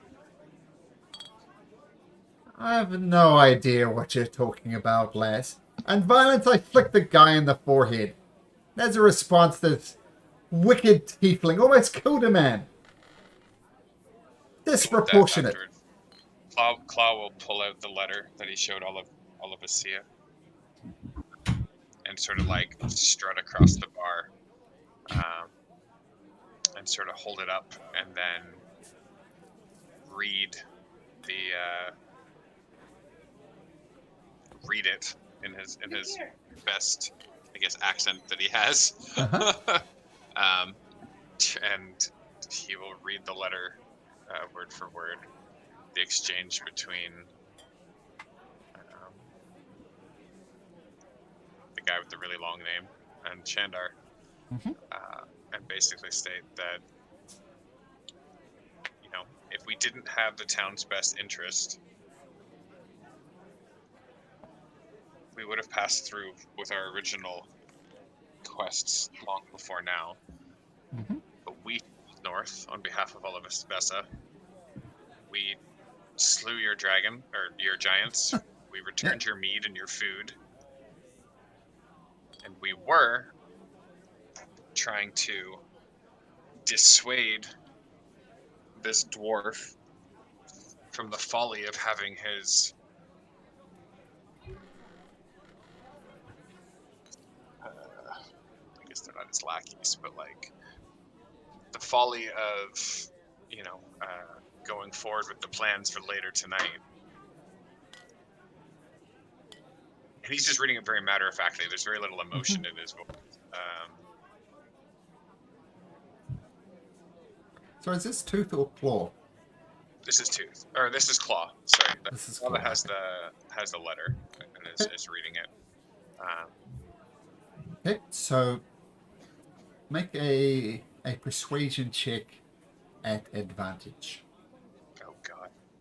Yeah, this letter. I mean, it could be a forged letter. They might think that. So it depends on how well you give this speech. And I know charisma's not your thing. Come on, Claw. We'll see. Come on, Claw. 12. Not bad. And so, Shandar says, look, not only are they violent, they try to kill the good people of Goodmead, but they're expert forgers as well. This letter is plainly a forgery. And you hear someone shout from the background, oh, that's bullshit, and you know it's Shandar. We've been knowing you. Why is it that you go to Targos? More or less. It'll come back with a lot. Leave with a lot and come back with a little. Pull the other one, it's got bells on it. And Shandar starts shouting back then, this is not true. This is not true. And look, these violent murderers have aligned themselves with Oliver Sear. I think it's plain who should we vote for, the people who are good for the loggers or the person who associates with murderers. And then Oliver Sear stands up. No, look, the person is fine. This lovely lady healed him. I did not know this would be good, but the bottom line is that they've delivered good meat. They claim to have killed the giants, and we can confirm that in due time. But these are good people. I'm not sure about that tiefling, though. I can't speak for him. He literally shot one of our townsfolk in the chest and almost killed him. I cannot speak for him anymore. But the rest of you, you've done a good thing. Thoradin, I suggest you keep your temper, your anger in check before. A flick in the head is no reason for nonsense that has happened. Now is a good time, I think, while we're all here, to vote for who's the next speaker is going to be. It's going to be Shander or it's going to be me. And Shander says, no, the vote was to be tonight. And all of us here says, no, it's going to be now. Which way does it go? I don't know. But I'm going to ask Grimmick, who's all off there by himself. Let's give Grimmick a roll. You're going to roll to see who convinces this divided population about when to hold the election. So roll a d20 on a 1 to 10. They're going to hold it now. Can I get the inspiration on this? Nope, it's just purely a luck roll. Oh, there we go. Can we, is there time to basically state, no wonder you want it tonight? Like, when your thugs are going to, when your 8 and like, speak it with enough details from what Pebbles shared, that, like, Shandar's got to, like, show some sort of reaction. Like he knows it's going to happen. And it's not even so much for our insight. It's for the fact that he's in a room full of people that hopefully some of them start picking up on the fact that there's a very reason why he wants it to be tonight. Does that make sense? It does make sense, yep. So you claim that 8 thugs are going to come here and that Shander plans to be the hero of the town, and you're trying to convince the people of this plan. And not always convince them, but just you wanted to see how they react to this news. Shandar's reaction. Shandar's reaction to this news. So once again, persuasion check at advantage.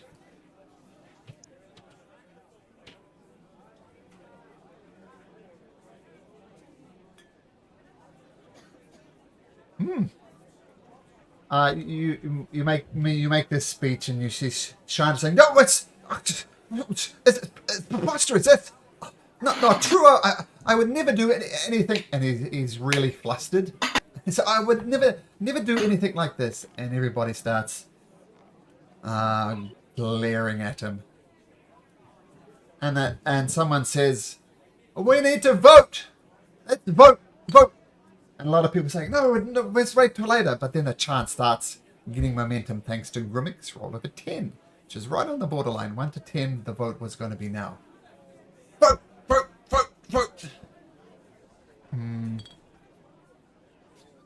Just 1 second.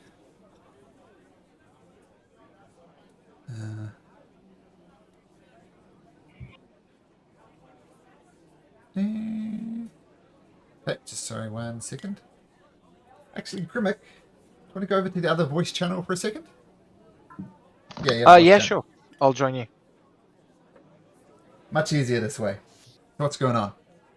Yeah, sorry. I don't want to take much time. My plan was to shapeshift into what's his name, Maxil Nar something. Approach from behind and say something like, "Oh, thank God I got it.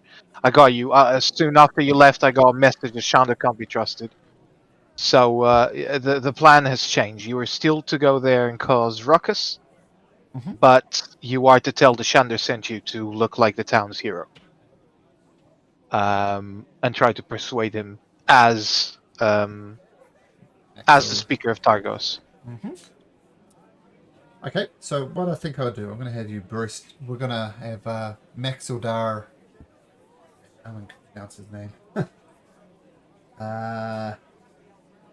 Nareth the Maxim. Say Nareth. There we go. Nareth. So I'm going to have you. So you're casting Disguise Self on yourself? No, I'm a shapeshifter, right? I'm a changeling, actually. Yeah, that's so, true. So I can just change into his shape, and my voice is the same as him as well. And I have spare winter clothes that I kept with different sizes. Okay, well that would make sense. What are the limitations to the shapeshifting? How can they see through it? I don't think they can. No, they can't really, because I look exactly like him, and I talk like him. I literally change shape into another person. Okay. Like my whole party thinks I'm a dwarf. It's the same. Yeah, got it. So, yep, so you'll be a perfect copy of Yeah. Maxwell and Nara. Yeah, especially because I've seen him, and I know how he talks. So Okay. So, you're going to be playing Nareth when we get back then, okay?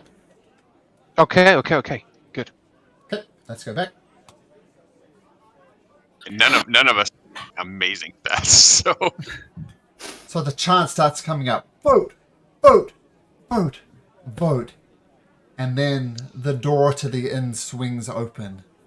And a figure dressed in fine robes, boarding on the top with a ponytail at the back, but very, very well dressed. You've all met him before. This is Nareth no. Maxilindar from Targos. And he wanders in. And what does he say?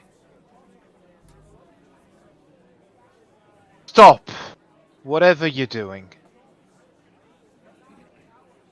I come from Targos with a dire message. The man that you're trying to trust as your speaker, and I point to Shandar. He's a liar and a greedy dwarf. He was trying to have an attack happen tonight and make himself look like the hero of town to sway the votes in his favor. If any of you are still considering him as your leader, think twice. I am Nerth Max something. I forgot his full name. And I found he approached me last night with some dodgy deals, and I couldn't live with myself, thinking that the good people of Good Mead that have been providing mead throughout Icewind Dale through their hard labor were being fooled by this character. He had a deal, Nareth. I know of no such deal.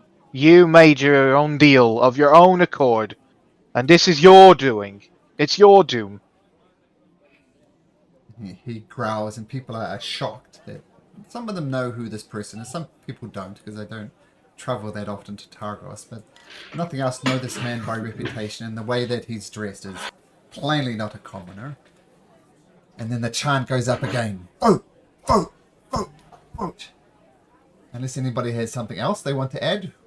By this time, Malik finally realizes what's going on. and wanders in, having broken away. So if anybody wants to add anything to this complicated political situation, now would be the time to do it. Otherwise, you're going to vote. Did I see the speak of Tagos? Yep, I'm assuming you came in before that. So I'm gonna approach and look. Do I see Malik aggressively walking towards me?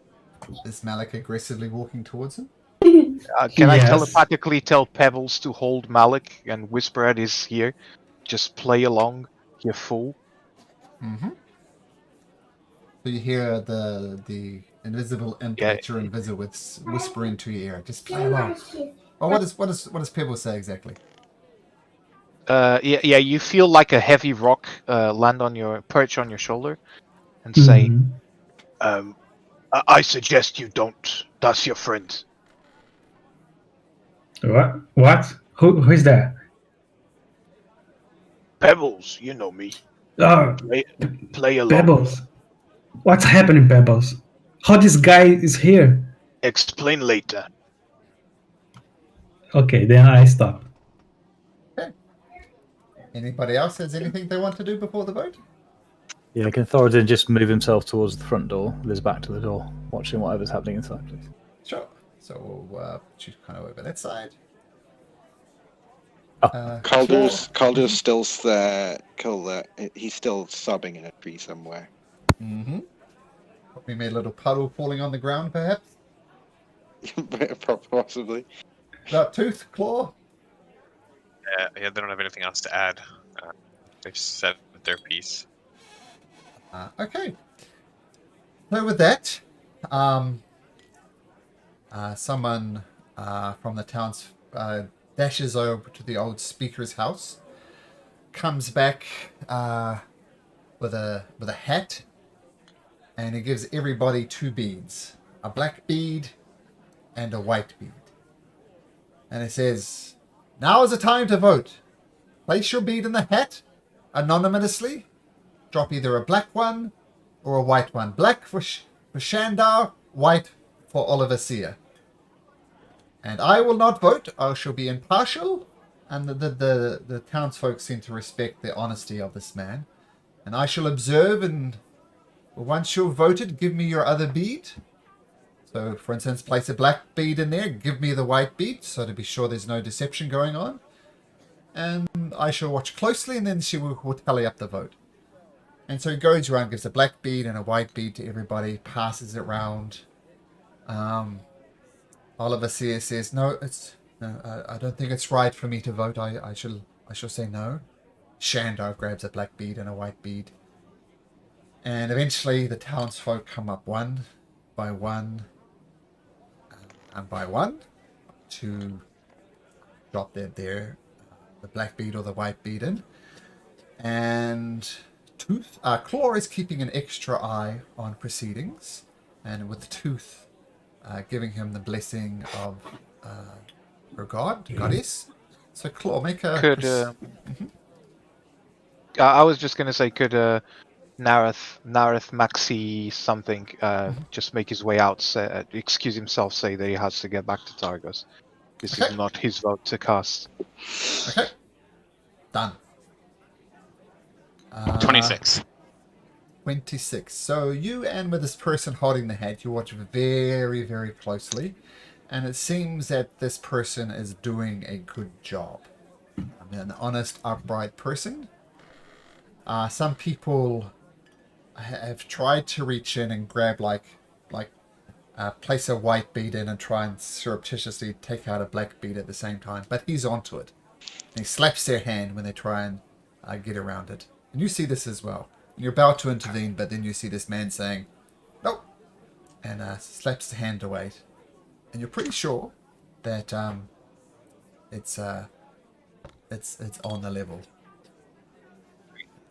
And then this man says, "Right, I shall count the votes." And he starts placing them on like an abacus, like little poles, and places them and slides on one by one by one. Which way is the vote going to go? There is a chance that Shandar could win. There is a chance that Oliver Sear could win. So what I'm going to do, I'm going to ask someone to roll a d20.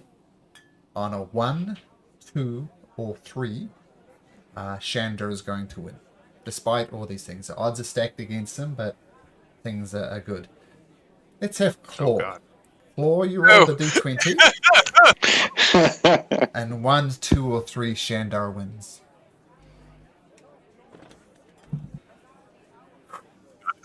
Ooh. Oh man. I saw the single digit. I was like, "Oh shit!" Oof. Okay, so counts up the votes, and Oliver Sear wins convincingly. And let's take a short break now that this complicated election. I mean, have you thought Trump v Biden was complicated and lots of twists and turns and horrible things and backstabbing? That was nothing compared to this election. But let's take a short break, and we'll come back and see what the repercussions of this is. Sound good? Yeah, cool. good. Yeah. Okay, so short break, guys, and we'll be back.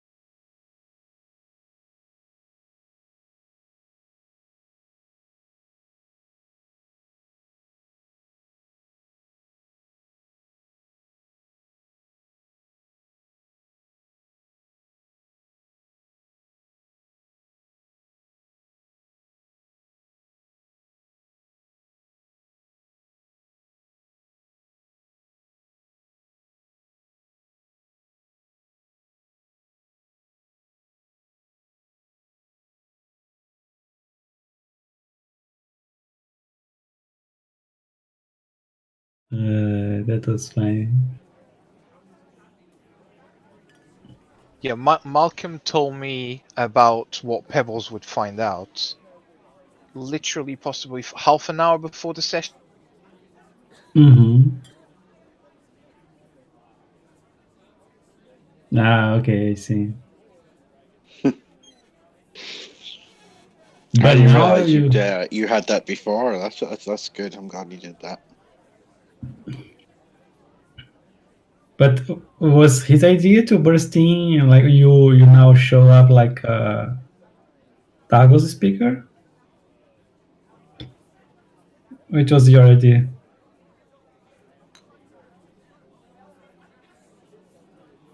DM doesn't give ideas to the players. Okay.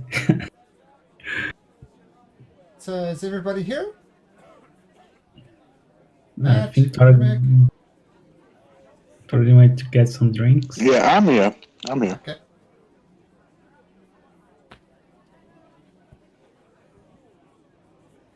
Oh, that was interesting. Yeah? Yep. Yeah. And Mark was completely out of the fun part. I mean, I probably should have killed the guy one hit, but Calder is not very bright. Mm-hmm.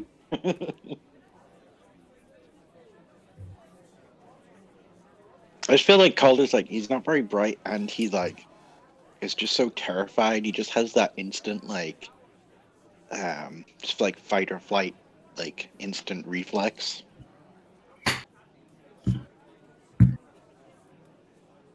Like in order to do non-lethal damage, we have to use a non-lethal weapon or something, because like I see that sometimes we want to make the person unconscious, but we can't use just our regular attacks, right? Choose like something else. Technically, the rule is once you shoot them or hit them and they fall down, you can say at that point it's non-lethally. You don't need to constantly claim, like, this is a non-lethal attack, this is a non-lethal attack. You need to say it at the end. But Calder didn't do that. There was no mention of no non-lethality, and a nat 20 Yeah, I just added to it. Yeah, I honestly don't think he would have been thinking. Obviously not. Yeah. He just sees as one of his best buddies, like who's picked him up and kept him alive, like on the floor with 3 guys around him beating the snot out of him. I mean, Definitely brought a gun to a knife fight, though. That's what I was trying to There say. was- oh yeah. There was no But snot that's being blown Calder, out. like that's what he do. He's not very bright and he's very scared.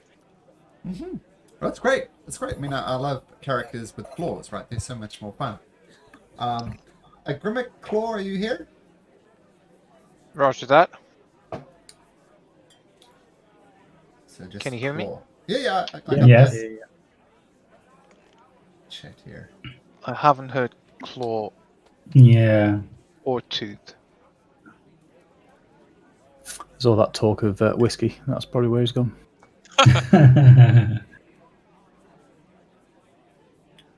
Are you there, Claw? I saw the little light thing come on. I'm- Okay, great. So, with the election results counted, everybody seems happy with this honest person doing it. Everything's above board.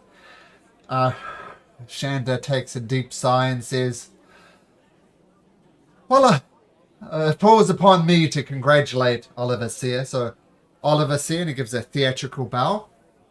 I accept the result of this election, and I promise to support this town, continue as I have before. It seems as if we've got our forest back, logging can presume.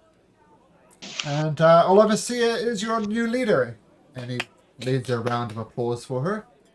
And I know she will lead you well. I know she will be a just speaker. And what I suggest the first act she does is hunt down this tiefling and bring him before a court on charges of attempted murder. And Alavasir says, well, thank you, Shandar. And indeed, that should be my first order of business. While the companions of this tiefling have done a lot for this town, we can't abide by people trying to kill people in open sight in the tavern. That shall not be accepted. And people continue drinking, and Shandar kind of sulks off and goes back to his house. He's as gracious as he could in defeat. And Alavasir calls over everybody except Calder, I guess. What are you doing? What are you doing, Calder? You're just continuing to hide there? Once he gets all the sobbing out the way, he's gonna sort of, get a pile of snow and put it over the puddle of tears. Oh, And, that's tragic. and I think,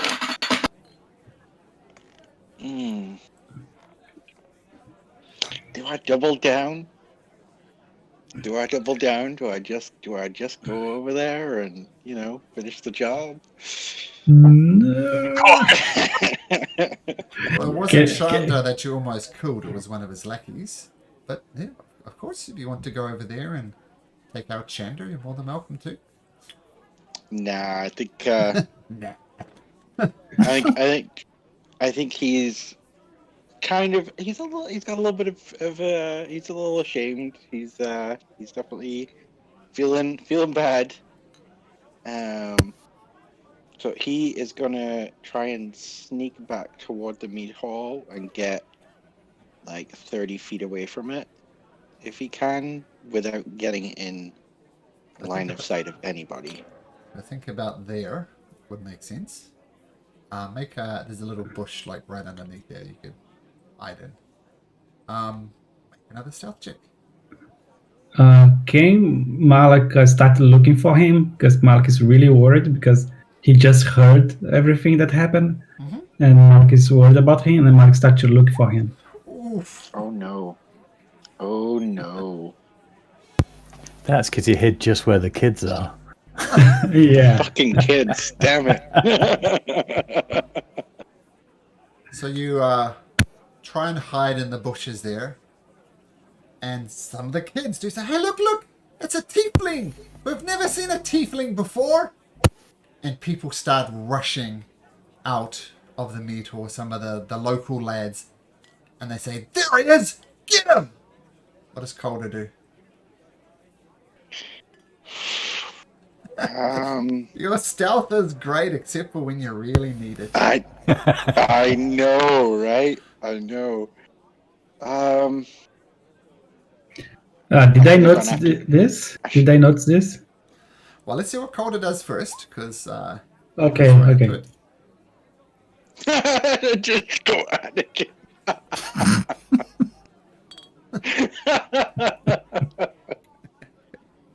Oh, sorry, that really got me. I wasn't expecting that one. So you're being spotted. What do you do? So close to the I'm gonna use ice knife on the kids. No, I'm just kidding. The kids spotted you, and people have come out of the inn, and they see you as well. I'm gonna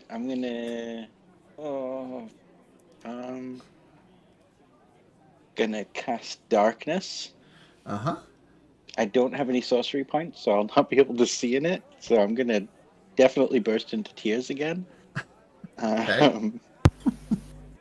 And I'm gonna cast it like 5 feet up. No, 10 feet up. No, I'm not. No, I'm gonna cast it right about. Let me get a.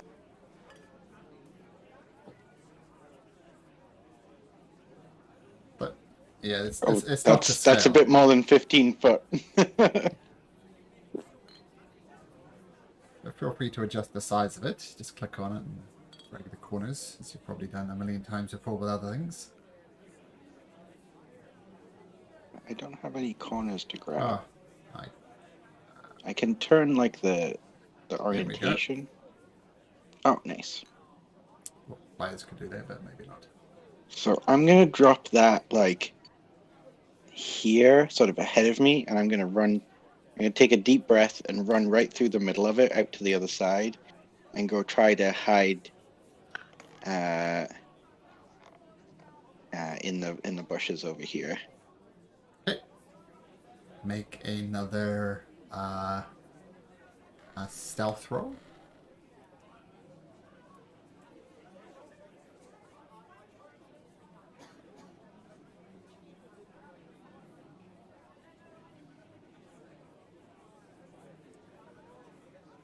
Sorry, I've lost stealth. Oh, there it is. Okay. 3 people look around, they're shocked by this darkness, but then they start actively searching for Calder. They have no modifiers for their perception checks. This is going to be 3 20s, and if one of these beats a 17, 10, 8, 1. They search and they search and they can't find you. But they're still actively searching, but they're almost giving up. They can't spot you. Oliver Sear is... well, I'm glad this election, and I think I can do good things here. I think we need to talk privately about this Calder situation. Would you mind joining me in my house, which I guess is the new speaker's house? Would you mind joining me there?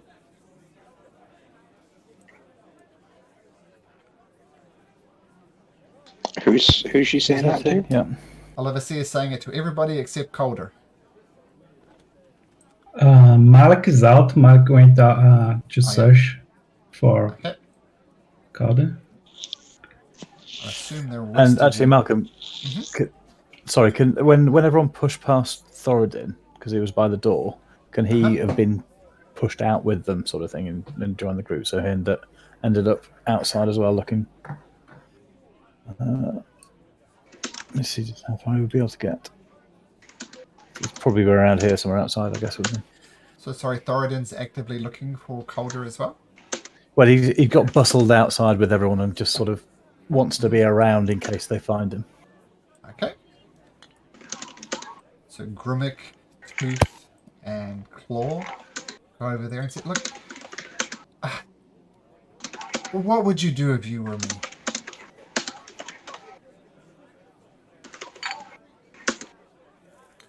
I'm sorry I wasn't there. What happened really? Why is everyone so upset by our friend Calder? And she'll give a quick summary of exactly what happened. Oh And- dear, I'm sure it was a misunderstanding. Look, we're not here to stay. We actually have business to attend down south. My question remains though, what would you do if you were me?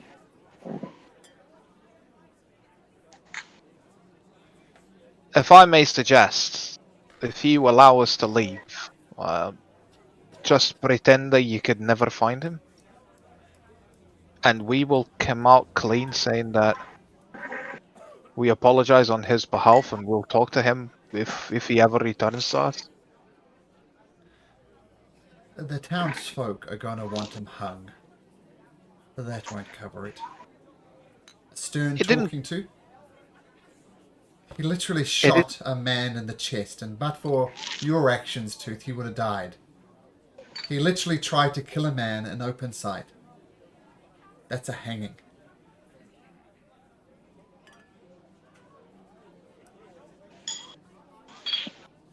Now I know what you've done for this town. The town owes you a favor, no doubt. But that favor does not extend as far as attempted murder. So I ask you what again? What would you do? Claw, what would you do if you were in my shoes? I would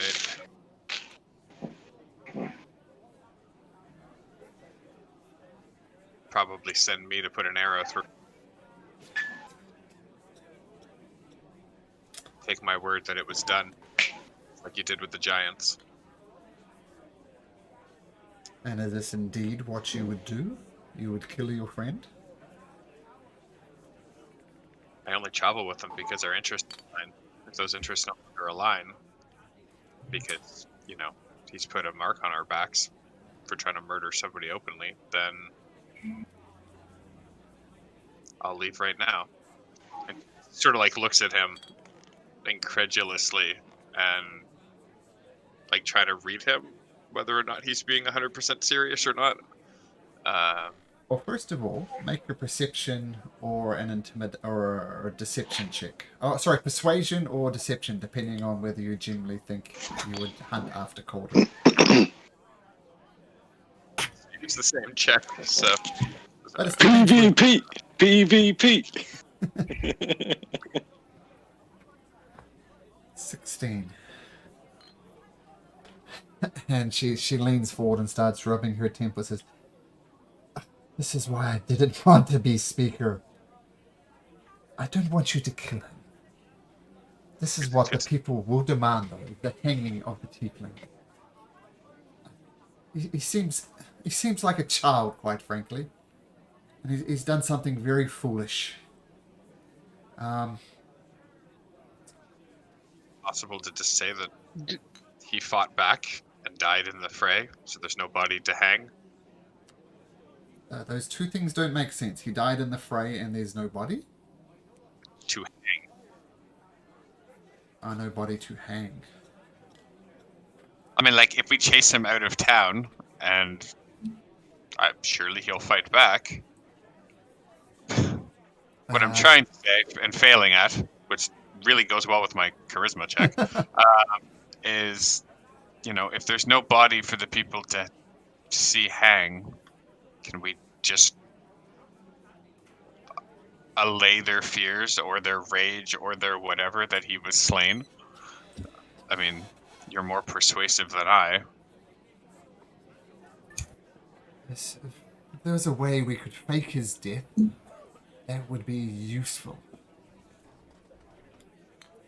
Don't know.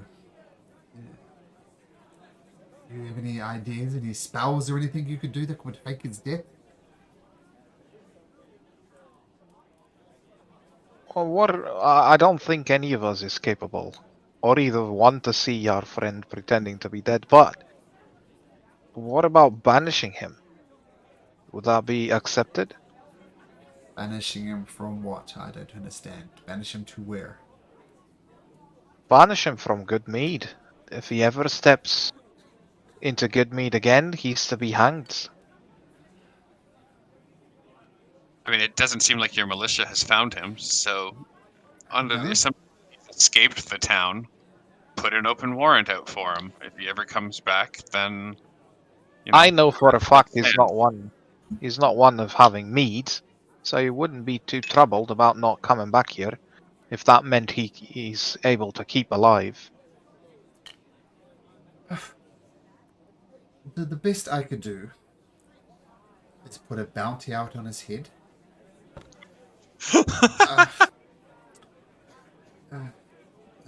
He won't be safe anywhere in 10 towns if that was the case. I think that's the best I can do. I suggest you contact your friend somehow.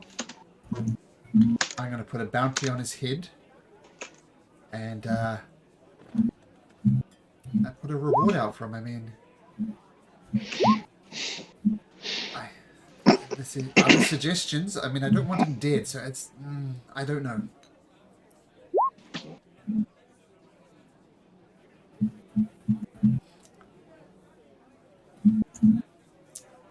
What do you think? Grimmick? Claw? Tooth? I don't like politics. This is very political. And I need to be seen as a strong leader, and someone tried to kill one of the townsfolk. If this is not a speaker's job to see justice, I don't know what is. It's quite late today, right? Do you have some prison? Some what, sorry? Prison. Is there some prison here? Not really. He'll be locked up in some house and guards placed on the door. Not a prison per se, though. If you were to find him and somehow he left, or somehow blood appeared on this house but no body, something that could perhaps persuade people that he took his life or something took his life. Perhaps he got attacked by a wild animal. I mean, we have one person that could turn into an animal, pretend that bites him, kills him, drag his body into the woods, and perhaps then we don't have to have a bounty on his head. I would hate to have to keep looking behind my head every time we go somewhere. It's free XP that follows us around.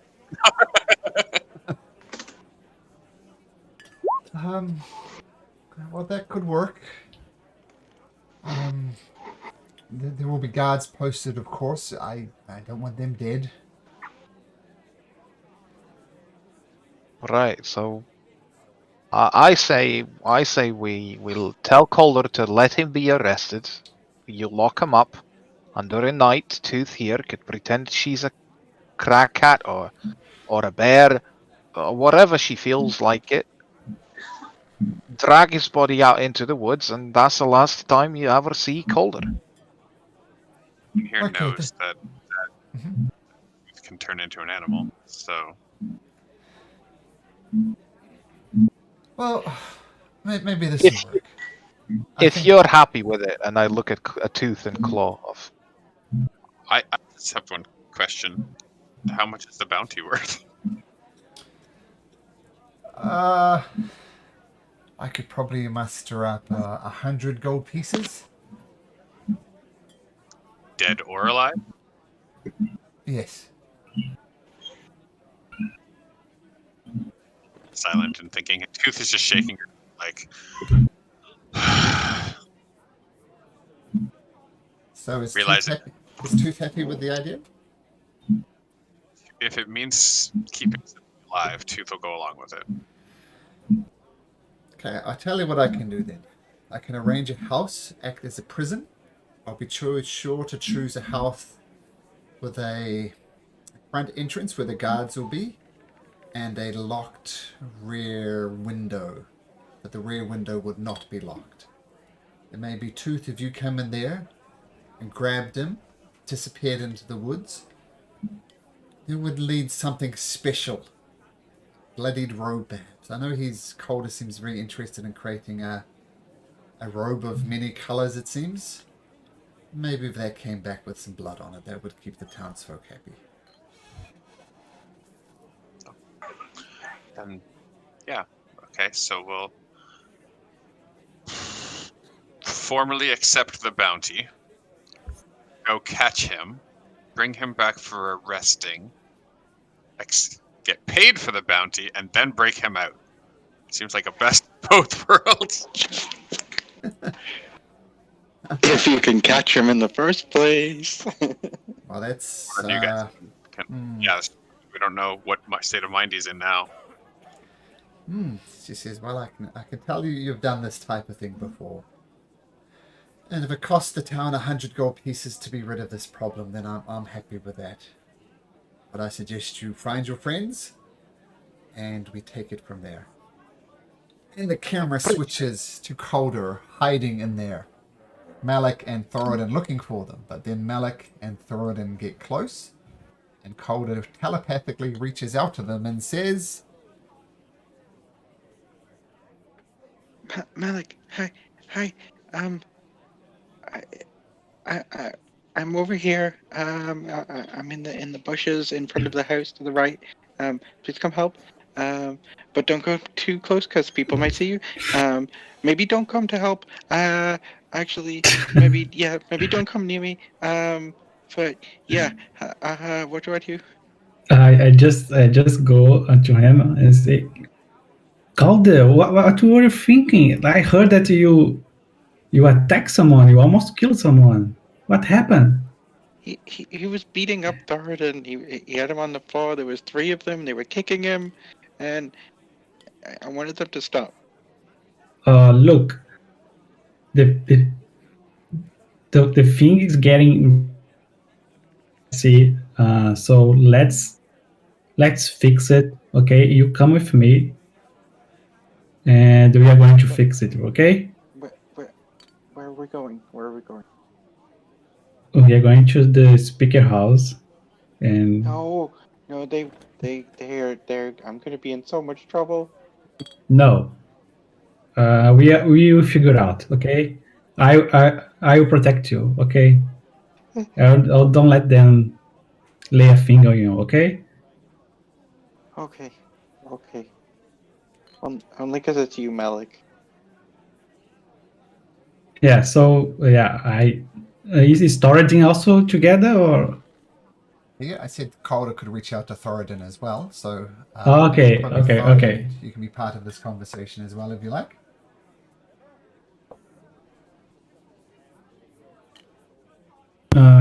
Sorry, muted. So I guess I'd see Malik wandering over towards more where Calder's hiding anyway, wouldn't I? So, but if I'm hearing this, then Thoradin's just going to make sure that as Malik kind of leads Calder, no one else can harm Calder. Yeah. I grab like a Calder by the hand, and I start walking with him, holding his hand. I'm Calder's heading. just gonna walk along with his head down. Yeah, and I'm walking towards the speaker house. Okay, Thoradin, you're kind of doing the same thing, just leading him to the speaker's house. I think Thoradin's more interested in what's happening around rather than the two of them, but he'll be with them. Okay, all right. So as you go there, people say, "Look, there is a tiefling," and they start hurling rocks at Calder, tomatoes, anything they can find. I yelled them to stop. I burst with a shadow. Just it's like I was casting Eldritch Blast to the air, Okay. and tell them to stop. Make an intimidation check at advantage due to your might, sure.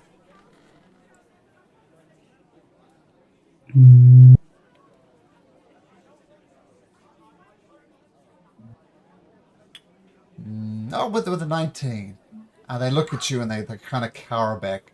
But one rock does clonk into the side of Calder's head for 4 points of damage. And blood starts streaming through him. The rest of them look as if they're about to throw, but Malik has calmed them down. But as the rock clocks into the side of Calder's head and a welt starts coming, blood starts pouring out that they cheer.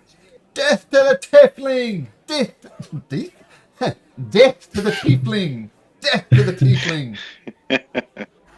And Calder's just gonna put a hand on Malik's arm and just say, just let them. And a single tear is gonna roll down his cheek, but silently. As I'm holding his hand, I'm going to cast Lay on Hands to heal him. And Thoradin's going to try and get in the way of anybody else and raise his shield to try and protect him a bit more. Okay, so you get over to the speaker's house. You enter in, and a whole bunch of commoners outside the villagers start chanting, "Death to the tiefling! Death to the tiefling!" And Claw says, "Yes, we accept the bounty." And Calder, Thoradin, and Malik walk in.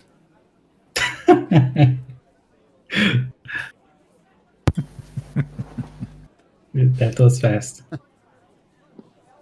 And I'm going to assume everybody catches up on everybody about what's happening.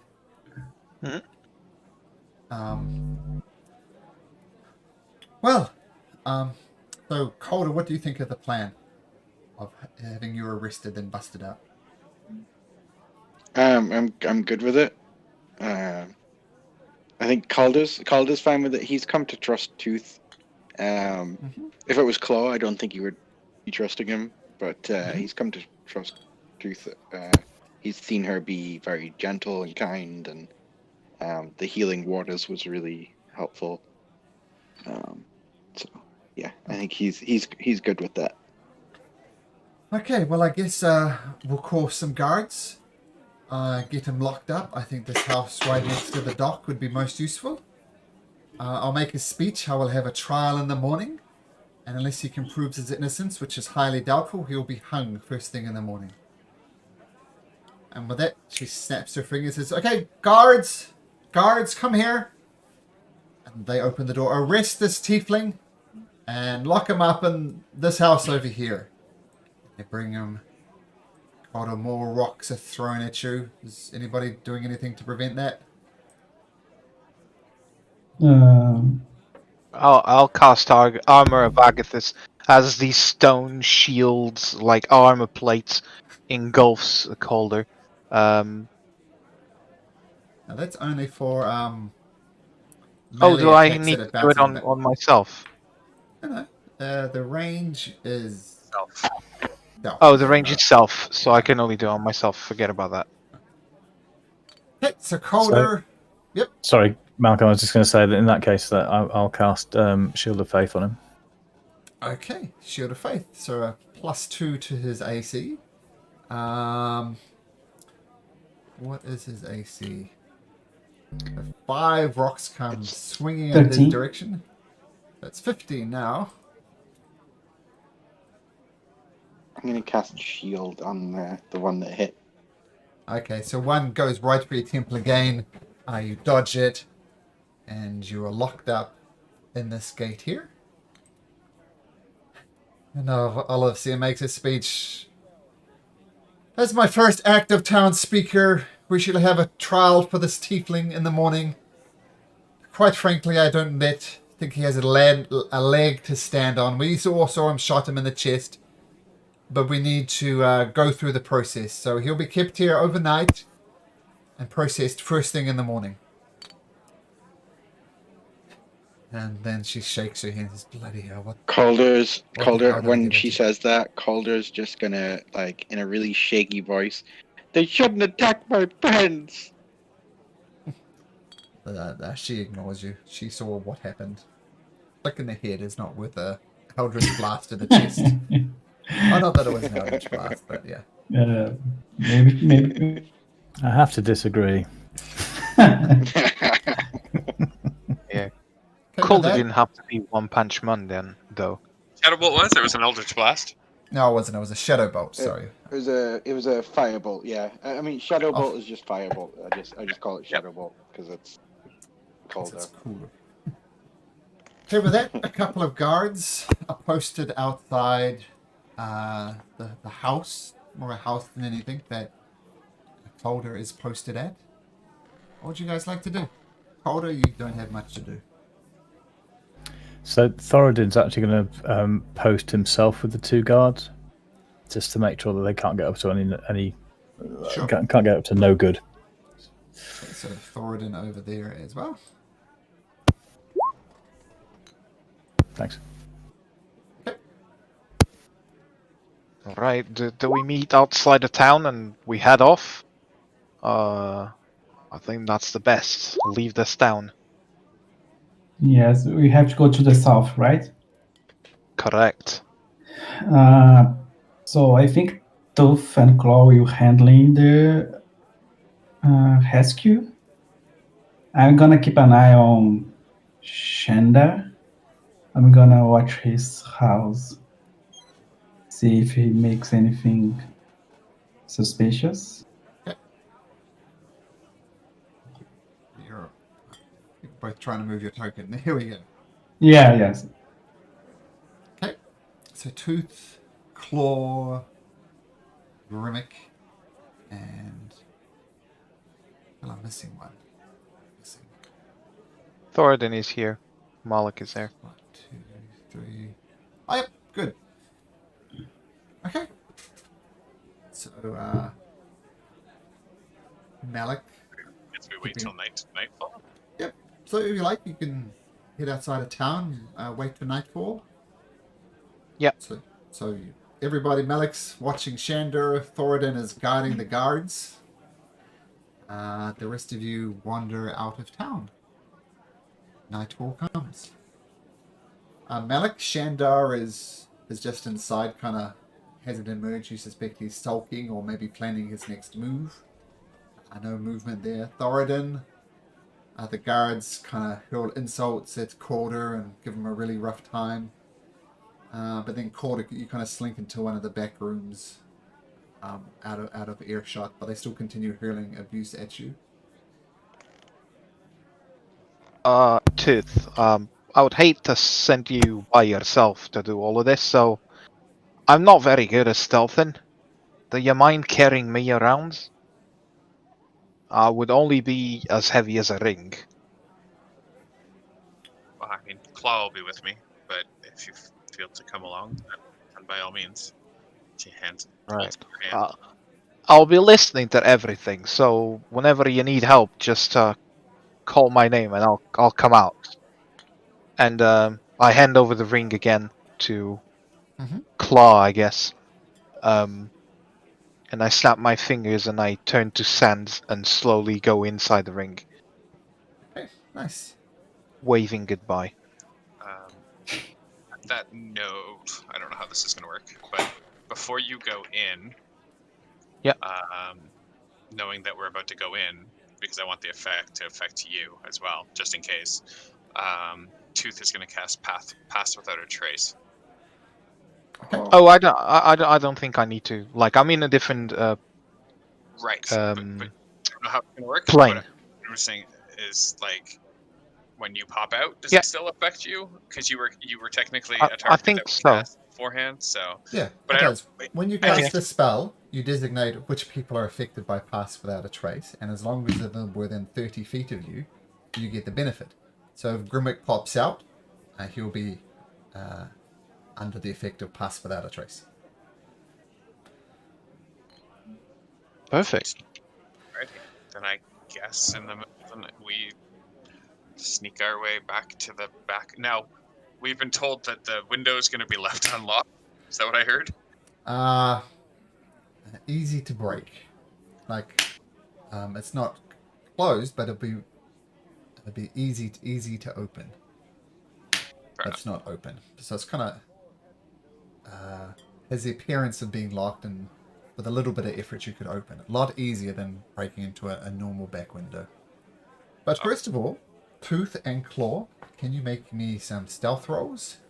With the plus 10, of course.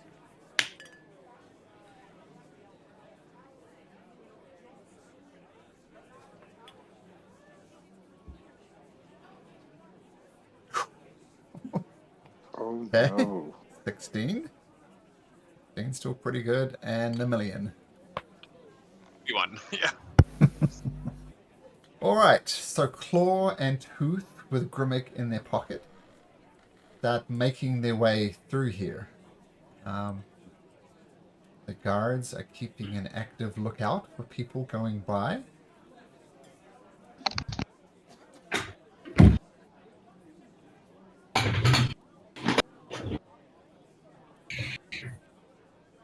And you guys approach sort of maybe along the ice, I think would make the most sense.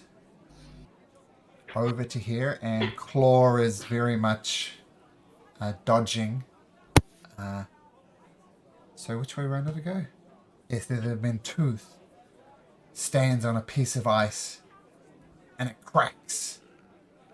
And the two cards immediately swoop around and say, "Who goes there?"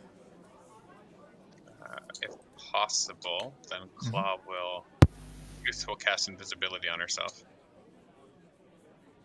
Tooth will cast invisibility on herself. Yeah.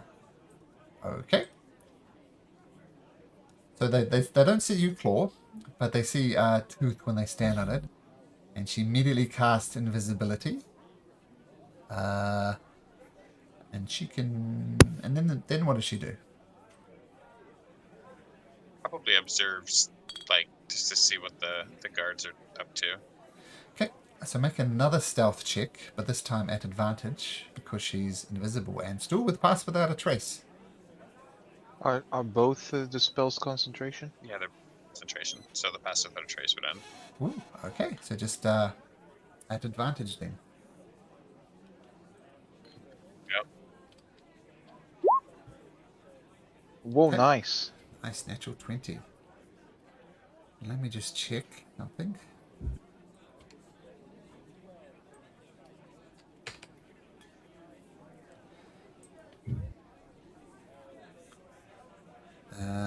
yes, pass without a trace is concentration, but still 25. And so the guards start looking around, poking through, and they still might see you. Well, let's see. It's going to be tough to beat a 25.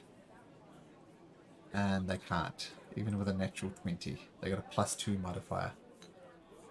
So they look around and say, well, whatever it was, it's gone now. Think back to near the guard on Calder. Crisis averted, it seems. What does Tooth/Claw do? We'll approach the back window and attempt to open it in some way, shape, or form. I'm just trying to see if we have... It is fairly easy to open. This is what Olafacir has described to you. But how subtly can you do it? Make me a sleight of hand check. It's easy enough to open. Okay. There's no check required for that. But to see how well you do it, sleight of hand check. Okay.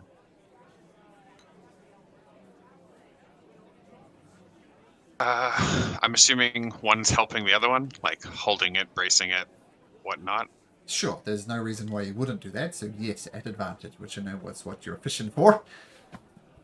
And with that, with Tooth invisible and Claw practically invisible, you gently crack open the door, and there's a little bit of splintering wood sounds, but Tooth kind of grabs it with her hand to stop it doing it. Claw opens it up, and it opens silently. And there in the corner, you see Calder doing what? He's been picking at the wound from the rock that hit him earlier. Mm-hmm. Just to get a good, because heads, they bleed pretty bad. So he's been picking at that to sort of throughout the hours just leave like lots of splatters of blood around the room, especially around the windowsill. Okay. And you open it, and you see Claw there. Open the window. So what do all three of you do? Assuming our fastest way out of town in this instance is back across the ice again, and then we can take our time to leave town. Head to the left of the previous map. So... Mm-hmm. So off across the Red Waters, in other words. Yeah, out to the point where at least somebody glancing out from, Goodmead's not going to really see anything. With that, and satisfied that the guards are back at their post, Tooth will recast Pass Without a Trace again. Mm-hmm. So the invisibility drops. And then let everybody try and leave the area, I guess. Now, of course, feel free to do that. I think you discussed the idea of Tooth turning into a claw cat, busting Calder out, taking him to the woods in a bloodied cloak to prove that this wild animal caught him and killed him. Oh, okay. I thought she was just turned into a thing, bloody him up, and okay, gotcha. In that case, then Claw will stay, stealthed away a little bit, observing. Now that things are open, and if Calder's perched against the window ready, then yeah, I'm gonna take off my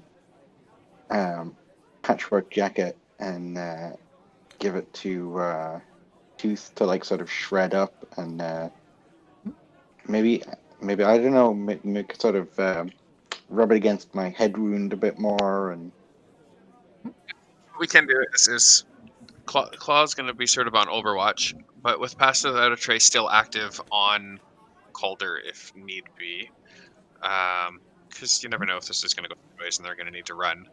While concentrating on that, anyways, is it the Crag Cat with the better stealth? I can't remember. Oh well, I guess the point is to make a scene. Is we're going to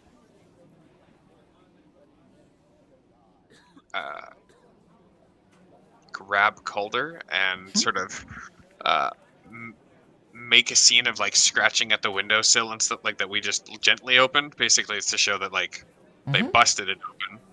and then with Calder in tow or in the mouth or in the whatever. Oh, I know what's gonna happen. Claw's gonna cast Long Strider on Tooth to increase her speed, and then with Calder in tow and making noise and everything like that, then they're gonna take off. Across I the guess. ice? I guess they have to go this way in general, but yeah, take off that way. Maybe to the point where even Olivacia can be like a witness, and with the noise made and everything like that, they're gonna take off Kind and go of that around way. like this. Yeah. Okay. All right. So, you scratch up the outside. Let's see how well you do. This is going to be another performance thing. So, Tooth can make a performance check to see how well it looks as if it was actually scratched up. I'm not someone pretending to scratch it up. A performance check to scratch it up. I mean, if Can I needs more, she can I can give advantage she at can all physically with attack the thing. That won't break anything, but because the point is to make enough noise so that the guards are gonna see her running away. Sure. Okay. So, we'll say that Tooth literally breaks down the door. So there's no performance in because she's not trying to pretend she didn't break down the door. She actually breaks down the door. She's going to pick up Calder in her mouth. Yeah. Yep. Drag. Calder's gonna take a big deep breath and put his arm out. What does Long Strider do to the speed? Changes it to what? It just adds 10 feet. So the Crag Cat naturally has a 40-foot speed, I think. Yep, so it's going to be running at 50 feet. We start taking off around this way. No, I don't think the Crag Cat needs to make any checks because it's a Crag Cat running away with a tiefling in its mouth. What is Calder going to be doing? He's like I say, just like getting blood everywhere. Once he's grabbed, and he's pulled out the window by the crag cat. He's gonna make like lots of squeaky sounds, and he's gonna make sure that his patchwork coat gets caught on the windowsill and ripped off. Okay, so first make a performance check to see how pathetic Calder can look, which is kind of what he's trying to do, right? I mean, it is, and he's got plenty practice at it, so I'm hoping that that's going to be a good one, because he's done it his whole life just naturally. So, oh come on! Is Tooth not assisting with this performance? Sure. Oh, That's throwing Calder around like a rag doll. So make another performance check. This will be the advantage. So just roll it one more time. Are you serious? It's like the damsel in distress in those horrible old movies. Oh, no! Help me, no! But regardless... He's like clearly shouting, "This is not fake! I'm really being taken by a crack cat, everyone!" The two guards man. bring out their heavy crossbows. And they take a shot at the Crag Cat. Rolling an 18 and 9. So one of those hit. Yep. Just for 2 piercing, though. So not too bad. And Calder and the cat continue to take off. Calder's going to shoot them with Shadow Bolt. Don't do that. Are you shooting them with Shadow Bolt? No, I'm just teasing. As the Crag Cat gets into its stride, they take another shot. This is at disadvantage because of the range. Malcolm, as they're doing that, obviously I'm near them. Can I kind of try and nudge them to make sure they miss something? Sure. So you do nudge them, and one of them actually rolls another 20. The opponent says, like, "Aim over there!" And you raise your hand and hit the crossbow just at the wrong time. And a bling just shoots off into the atmosphere, coming down, killing a rabbit off of the forest somewhere. But Calder and Tooth, where does Calder and Tooth go once they've skirted the outside of town? That's up to Tooth. Mm-hmm. Discussed it, so Tooth's just gonna keep going. She technically still. Oh wait, hold on. I need to make a concentration check because she's still got Pass Without a Trace on. One sec That's here. true. Give me 1 sec. So it's just 2 damage, a DC 10. Oh, okay. So she does not have Pass Without a Trace on. Jesus. Nope. Nope. And she'll run until. I mean, what's she moving at? 120 feet around. So she's gonna just clear out until she believes no militiaman's gonna be running out into the middle of the night. Take off. Whoosh, whoosh. And then where do you go? Into the forest? To the forest, and we'll try and hide there. Okay. So no one's going into the forest in the middle of the night. So you catch your breath. You're fine there for the meantime.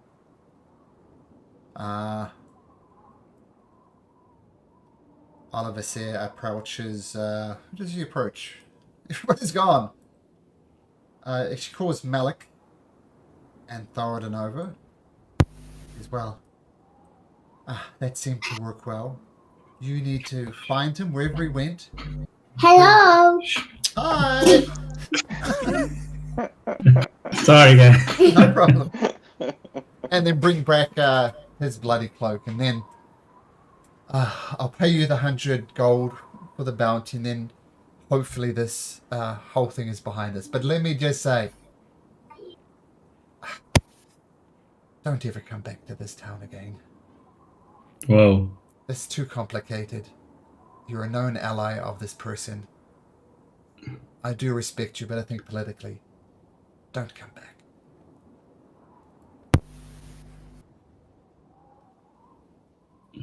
Okay. We'll respect your wishes, but just remember, if you really, really, really need, then we'll be here. Okay, I appreciate Yeah. that. You understand my position. Yeah, don't forget that we just came to help. We didn't mean, and I think you already know that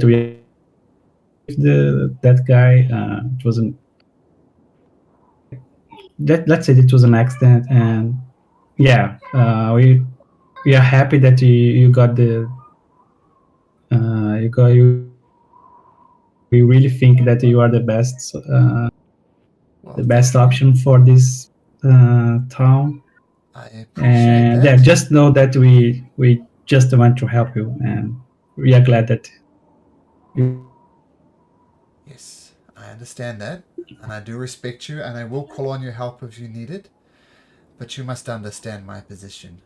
You're a known associate of someone who killed, very close to killed one of the things. I can't have you be around here anymore. So find your friend, bring back his bloody cloak or whatever it is. I'll give you 100 gold pieces. Leave, and don't come back. yeah. I mean, I don't want to be technical, but what Shandau's the thugs, he was probably gonna kill someone. So, like, he could receive the same treatment as Calder is receiving, because what he was planning to do is almost the same thing. Yet here I am, What if- playing what if politics the- when I didn't want to play politics. Shandor will be kept safe. He lost the election. He tried some underhanded things. Having him arrested will divide this town, and I'm trying to unite it. And the best thing I can do, you can unite it, is you show me the proof of a dead tiefling, and get that hell out of my town. Come on, Malik. Let's do as she wishes. Yes, let's go. Okay, so with that, Malik, Thoradin, head off into the woods. I assume you made a meeting place. So assume the entire Neverlost Knuckleheads find themselves together on the edge of the woods. And you see that I don't know if Tooth maintains her crag cat form, but you'll gather up on the edge of the woods. What do you do? Have we been paid at this point? You haven't brought back Yes. proof of Calder's Okay. demise, so no. Well, I would have seen that Calder's bloody cloak thing got caught on the window, is what he said, right? It didn't actually get dragged away out. Oh yeah, I thought that was the plan. Was like to leave it on the window, and then So Thoradin technically, was gonna you were still. I grab think it. maybe it didn't happen because like the performance was so low, and the guards would have realized you were still alive at that point. Yeah. Oh, Yeah, I'm going to say you tried to throw your cloak and you just caught up in the moment and you still have your cloak. okay. Because the bulleted cloak on the side of the thing isn't really proof, right? But if you could bring the cloak You were back alive to the and forest- screaming after the fact. Yeah, Yeah, that's that true. makes a lot of sense. Yeah. My thought, my original thought was that they'd just find like a bloody room with a bloody cloak, but yeah, that didn't work out though. Oliver Once you guys Sear meet, did... you can work on your cloak and get it as bloodied and torn and shredded. And the Crag Cat's happy to like tear through it and make it authentic, as it were, so that you can Mhm. back bits. Okay, so absolutely, I mean, it's not hard for a crag cat to make a cloak look as if it's attacked by a crag cat. Doesn't look that bloody though.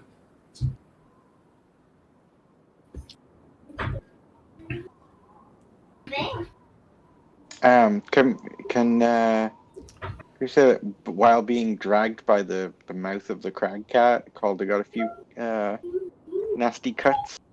Well, the I'm point happy to was take a not to couple of- nasty cut them. So there's some blood on it, not a lot. Okay. Claw would probably be the one that says we need it to look authentic. Like dead faced. Yeah, I think Calder would just like nod and agree silently, but not say anything.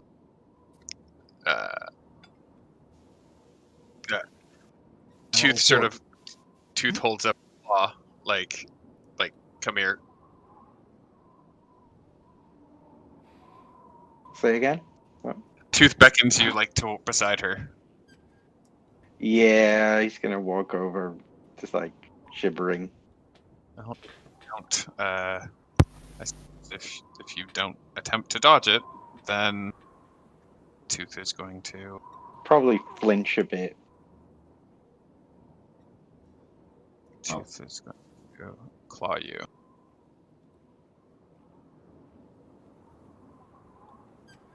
Yeah, And if you dodge it, then I don't know. it does hit. And you take 7 Oh. points of slashing damage. And you bleed profusely on the cloak. And it looks shredded, bloody. It's generally got Calder's blood on it. And it's genuinely been shredded by a crag cat. You want to go and turn that in? Yeah, method acting. Does somebody want to go and turn the bounty in? Who's going to turn the bounty in? Thoradin will do it, but as he goes to go past, he's just going to put his hand on Calder's shoulder and cast a cure wounds on him. Okay. See if I can press the right button. Well, anyway, there we go. Oh, yeah, you have him back. Okay, so Thoradin leaves the party, comes back and approaches Oliver Sear's house. And she calls some other officials there and you present the cloak to her. And she says, did he die, Thoradin? He did, and it wasn't pleasant. You can see, look at the state of his cloak. He was clearly ripped to pieces. That is unfortunate. Thoradin, it's going to be a critical roll. Make me a deception check at advantage. Oh no. Okay. Should have said Ooh. Grimmick. Oh, hey. Oh, very good. Thank you. Oh, nice. Hey, That's me for today. The everybody, the officials that are with her look at it. The dirty tiefling got what he deserved. And they leave seemingly satisfied. And Oliver Seer looks you dead in the eye, Thoradin, and says, "You know what to do now." I do, mistress, and we did make an agreement. But could I just ask one last thing? Yes. Could I keep the cloak? No. Fair enough. Fair enough. I'll leave it there. Okay. And you leave town? Yes. Sorry, yeah. Okay. Wow, that was complicated. I loved it. Very good. So the Neverlost Knuckleheads are gathered outside a good means, seemingly banished from the town. What do you do? Guess we're on our way to Dugan's hole. It's night, right? It's like we need to sleep. I mean, Grimmick is out of his ring by now, and he's begging to have some sleep. I swear to God, guys, I did not sleep well last night. I had to use my brain more than once today, so I'm pretty tired. Mm-hmm. Oh, you do get 100 gold pieces too, by the way, so I don't know how you want to do that, but Thoradin did get paid 100 gold pieces for the death of Calder. Thoradin, do you want to keep onto that, or do you want to put it in party loot? Party, party, party. Right. So what do you guys do? I mean, you're in the forest, and you know it's free of giants at least. Do you set up camp for the night?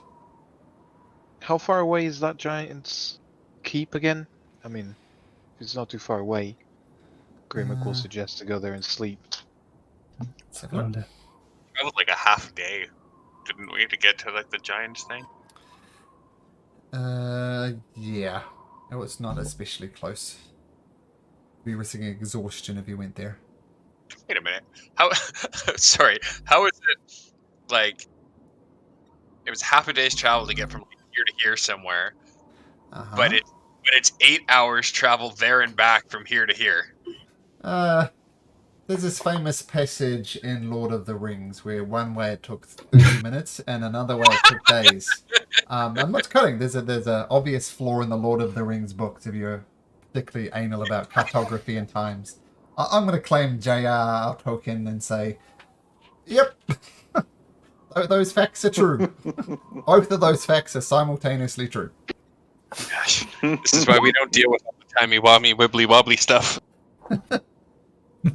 And of course, forests are just harder to get through than a road. That's all. There we go. Very The thick reason forest. for it is because they didn't have Thoradin leading them. Oh, we have Thoradin leading us. I didn't want to say it. You were spending too much time actually looking for signs on the ground rather than Thoradin's nose that he follows blindly. Just make camp in the forest and then try and leave at first light. Okay, so you set up camp in the forest. You set up watches, looking through the forest. You see things like wolves, but they keep their distance. They see you and they kind of go on their way. You see elk, you see deer, you see bears. None of them are paying you too much attention. They wander around going about their business. And living in a place where there's, speaking as Malcolm, there's actual bears around. They're pretty harmless for the most part, as long as you don't throw rocks at them. I was out running once around a lake, and there were two tourists from England, as it so happened, and they were carrying a rock, and they said, "Oh, we saw a bear. We don't know what to do, so we got this rock, and when we see the bear, we're going to throw the rock at it." And I said, "Oh, God, don't do that. Just come back with me. We'll walk back to the car park. Throwing a rock is the last thing we're going to do." So, bear is not too bad. But you see them wandering around. It's all good. You do get a long rest in. And Wait, Holder do and I? Grimmick, yes, you'll be pleasantly surprised that your long rest is Oh. rested. The nightmares are gone. Grimmick will be snoring, like, as loud as a giant. Calder was he probably spent a while into the night sewing together more of his bits of leather and cloth that he's been gathering all the way around the 10 towns, trying to make himself another coat. All right, which was always the plan, I believe. Yep. Malik is feeling strangely a little bit constipated, and he's kind of concerned about it. All right. I Good hope to you know. said contemplative and not. It's feeling strangely contemplative. Can I consider myself attuned to the Pearl of Power by now? Yes, you can. And ditto for the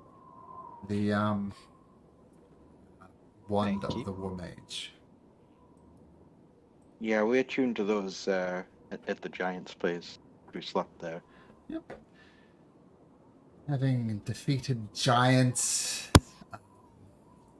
dealt with politics, do all things, and despite it going nearly wrong, at the end of the day, the net effect is that you're effectively not welcome in one town anymore. And you feel good about that. You feel really good about that. You feel like you should level up type good about that. Whoa! Oh, whoa! Sweet. Level up. Definitely feeling good about that. Whoa! That was nice. Wow. Oh man. Oh man! Tell you what, that means every time I start a bar fight, everyone, that means we level up. Yes. Simple. Yes! I rolled a 5. Hit points. Yeah. So level 5, and a whole lot of cool. I think people get 2 attacks at level 5. Third level spell. Oh, 3rd level spell. Not from whom, which class? I have 3rd level spells. And another pact evocation. And a 2nd Eldritch Blast. Oh, see? nice. It gets significantly better at 3rd level. Kill 2 peasants at a time now. I have a fireball I could turn into a shadow ball and murder everyone in Goodmead in the tavern. He just back in the morning now. He's like, I'll show them. Fireball the town. Yeah, lots They'll of teach you good- to throw rocks at me. It's a lot bigger. Where's those kids? Yeah, 3rd and 5th are kind of good milestones because 3rd you can all the classes do the subclassing from there, and 5th Yeah. everybody gets something cool at 5th. 2 attacks, 3rd level spells.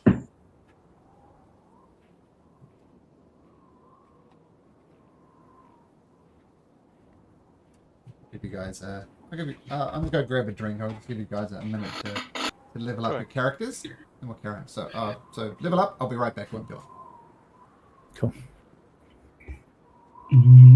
How do you level up on DMPP? Yeah. So Edit. click on class, and then change your level. Go up 1. Oh, manage levels. Yes.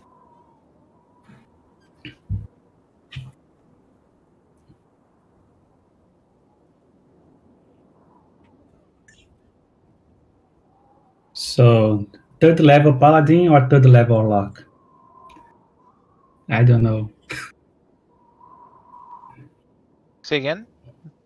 I'm not sure if I get a 3rd level of warlock or a 3rd level of paladin. Oh, right.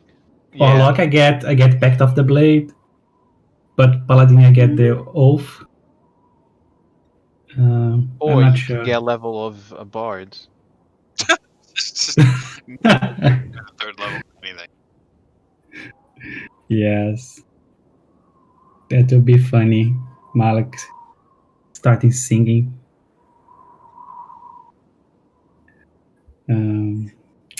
Yeah, I think I'll go to the level a lot. I'm also trying to get Spirit Shard, like that new spell that was released on the Tasha's Cauldron of Everything. It's really, really good for melee Spirit Shard. But it's a 3rd level Warlock. So I think I have to get like level 4 or 5, I think. So you bunch of knuckleheads. What would you like to do?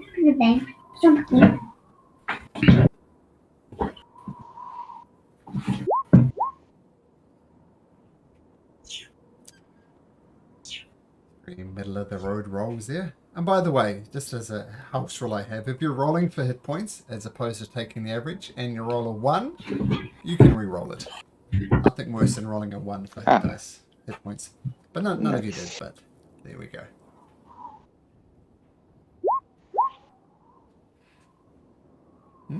Yeah. Oh, more sorcery finds. Yay. Oh, which evocation to get?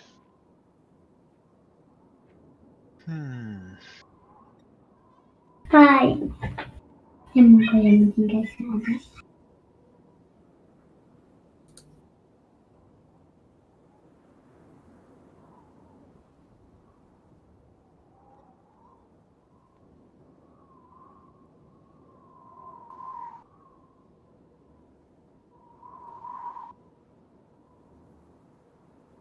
Oh wait, I'm a ranger. I roll on d10s.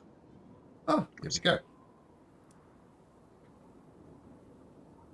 Feel free to re-roll, obviously. Oh, why do I have so many options of? Just a question. Can I change my Eldritch vocations when I level up? I don't know. Do you know, Grimlock, if I can? You can do what? Change my Eldritch vocations when I level up? No, you can't. Okay. I don't think you So can. in Tasha, so under Warlock, under optional feature management, if you have that selected, there is the ability to allow you to swap invocations upon levels in which you would. I can't remember which it is. I'd have to. Okay, I see. Can you mechanically swap them around? Like, as rules is written? I think with Tasha's, with the optional features, we can. It's something that Tasha's brought in for Warlocks. Okay, let me have a look at Tasha's. Find it here. I have a Warlock. Tasha's. There we go.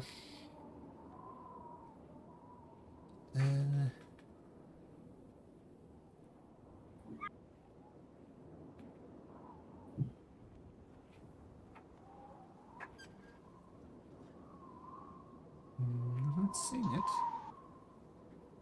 It is. Give me a second. Create new. Confirm. Is under Warlock. And Tasha's? Class makeup. Let me see. I'm looking in the class itself, or like Warlock class. Okay. Optional class features and Eldritch versatility. yes, Eldritch I see. versatility. When you reach your level, Balance, you could do one of the. No, it's your pack boon feature or a cantrip. It's not your invocation. Yes, you can replace it here. Yeah, that's how I read it as well. You can replace a cantrip. And another cantrip. Replace the option you choose for the pack boon with. Yeah. I see. Only if if that interacts with the Eldritch vocation, then I can change. Okay.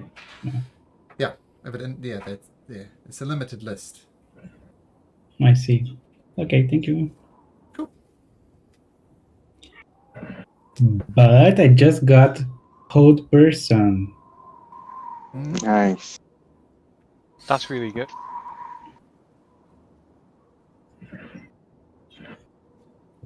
I'm gonna be more creepier.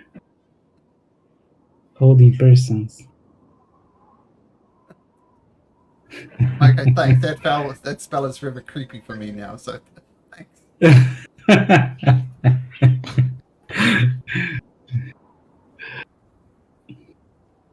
think I know which pact I'm going to take. I'm just gonna read all of the other ones. Mm.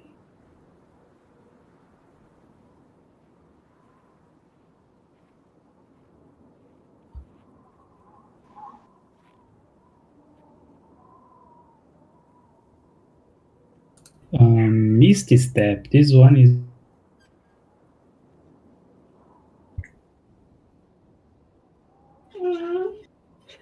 Now every time Malik wants to take a dump,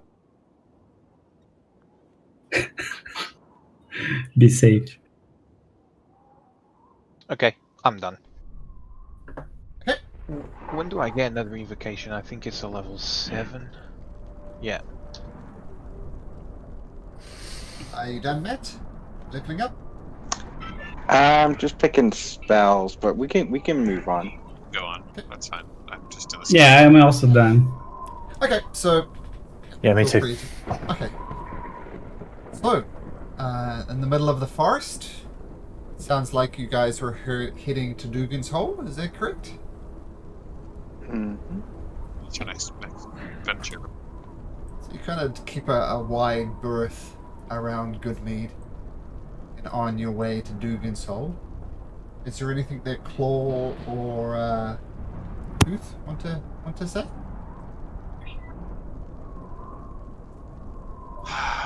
We're heading to Dugan's Hold because that caravan with the guy that we're chasing that was the last we knew about it, right? And also, the Duragard outpost is somewhere down south, so... Anybody know anything about Dugan's Hold? We've only been there once before. I know it's a really small place, like only 50 or so people. And they've got some really introverted speaker that doesn't even show up to his own meetings.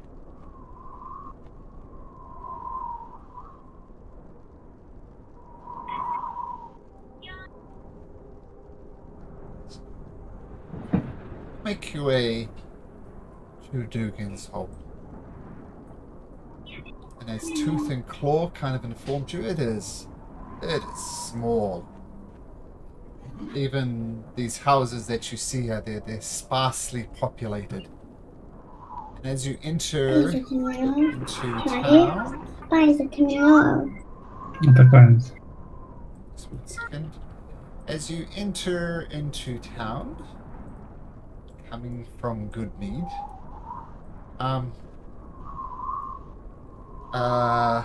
Malik points it out with his passive perception, and everybody now notices as Malik points it out. These people just look odd. Some of their teeth are sharper than what you expect, like tiger's teeth are just a little bit more pointed than usual. Something kind of off-putting about them.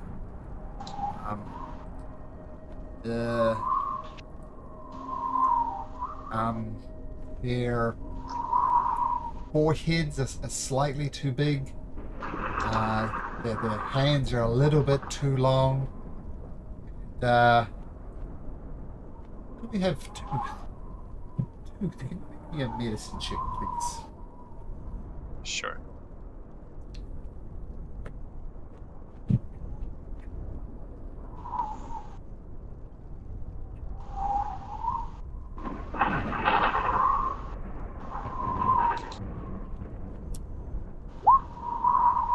I'm going to ask the players.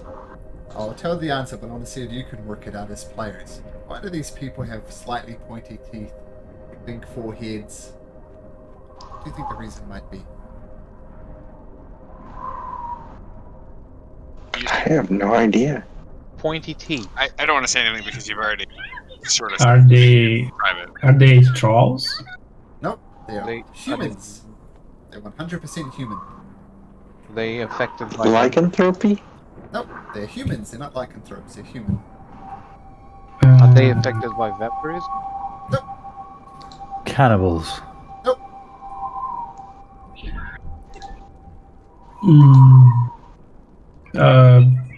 Somebody already said vampires? Nothing to do with vampires. Uh, I'll give you a hint. This is a very small town and it's very isolated from everywhere else. Oh no. Are they very intimate? Yeah, let's just say some people's uncle and father are the same person. Okay. Ooh, whoa. And this is what Tooth points out. So This is like you've seen some dumps in your time at various towns. Like Bryn Shander is obviously the shining light, but even that's not great. I mean, this town is the butthole of the 10 towns. It's just horrible. And you can tell these people. Tooth points it out. She's maybe seen this before and says, uncles, fathers, sometimes the same person. A lot of inbreeding. A lot of people don't get out that much. And I think Mark's already heard about it. I think it's that I don't know, the Targaryen village. Yes. Yeah, Jaime Lannister survived, and it's just over there. But yeah, this place is horrible. You look for inns, not an inn in town.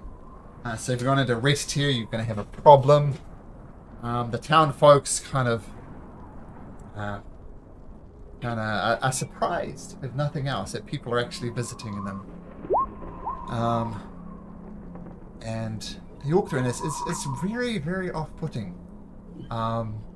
See these people who are just slightly off, and it's like when they look at you, it's like they lock eyes with your forehead and not your actual eyes when they talk to you, and it's kind of off-putting. Have you ever done that to a person? You look just off to their eyeline. It's very odd, and they give that type of thing as well. And you go through. You look around. There is all these boats here are landlocked or ice-locked. I guess they're not going anywhere. A good 40, 50 meters out. They're just surrounded by ice. They're not going anywhere.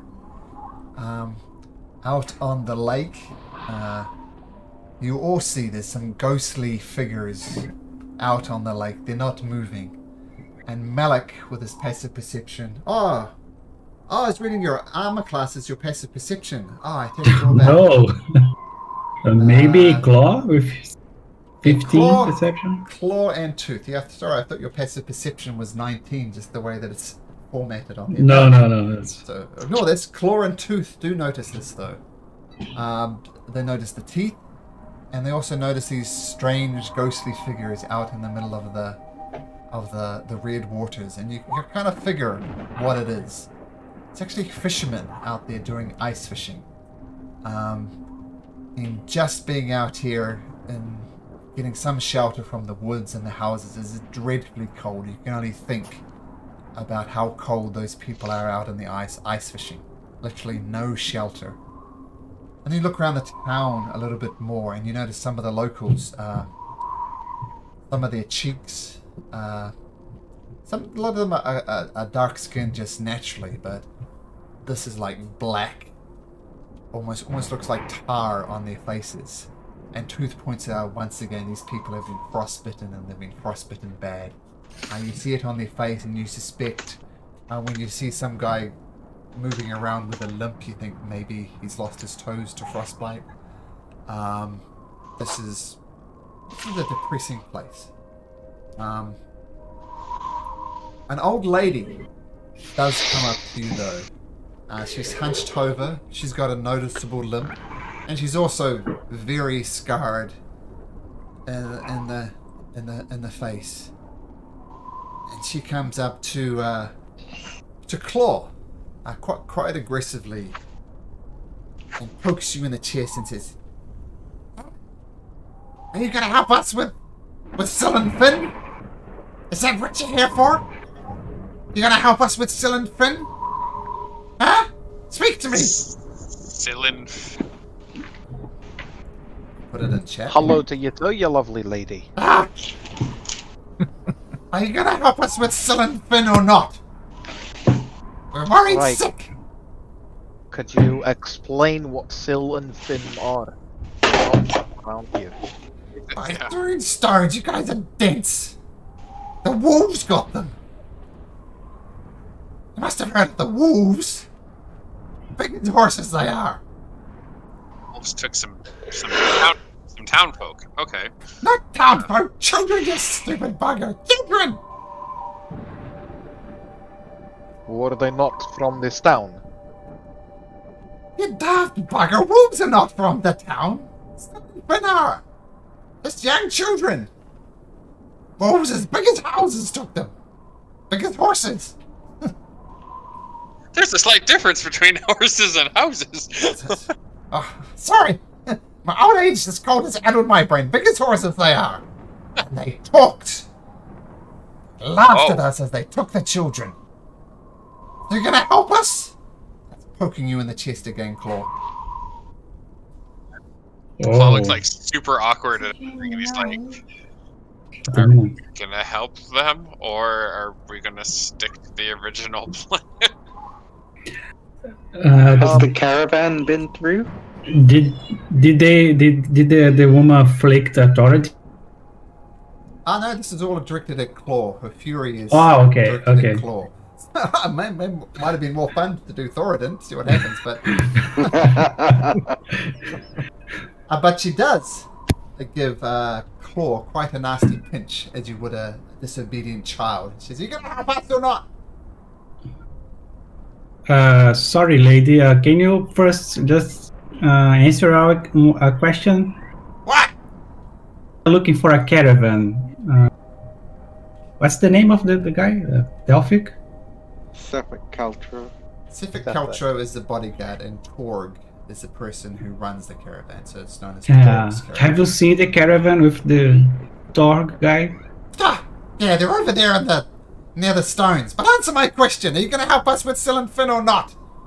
Are you gonna help us help Sin and Phil and Fionn? I Where got did I the got horses, another. I got where another. did the wolves come from? From the forest, you daft idiot. Where else would they go? When was this? Oh, a couple of days ago.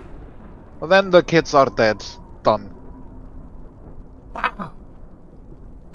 Wow. Maybe. Wow. Worth checking out.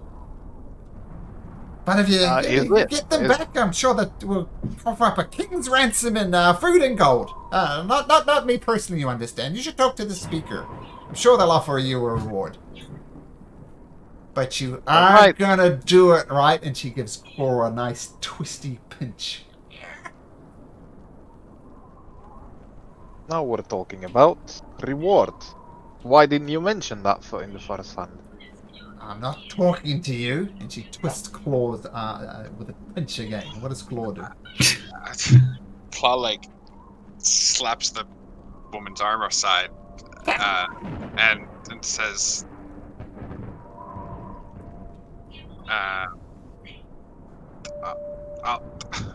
I'll go look for tracks. Just deal with this and sort of wander off and start looking for tracks. I got my eye on you. Go talk to the speaker. He can get some gold for you, I'm sure. King's ransom, I hear. Okay. Can you point out the way to the speaker house?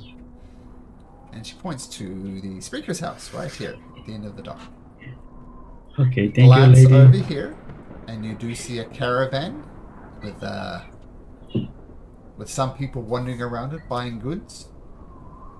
And Tooth does notice that one of the people there is dressed in a shirt and long flowing pants. Not much else. Which strikes you as odd.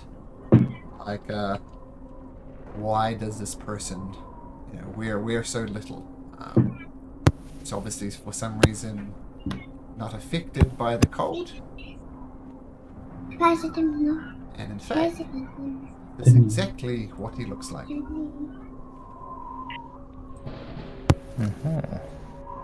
Nice guy. Wait, oh shit. He's here.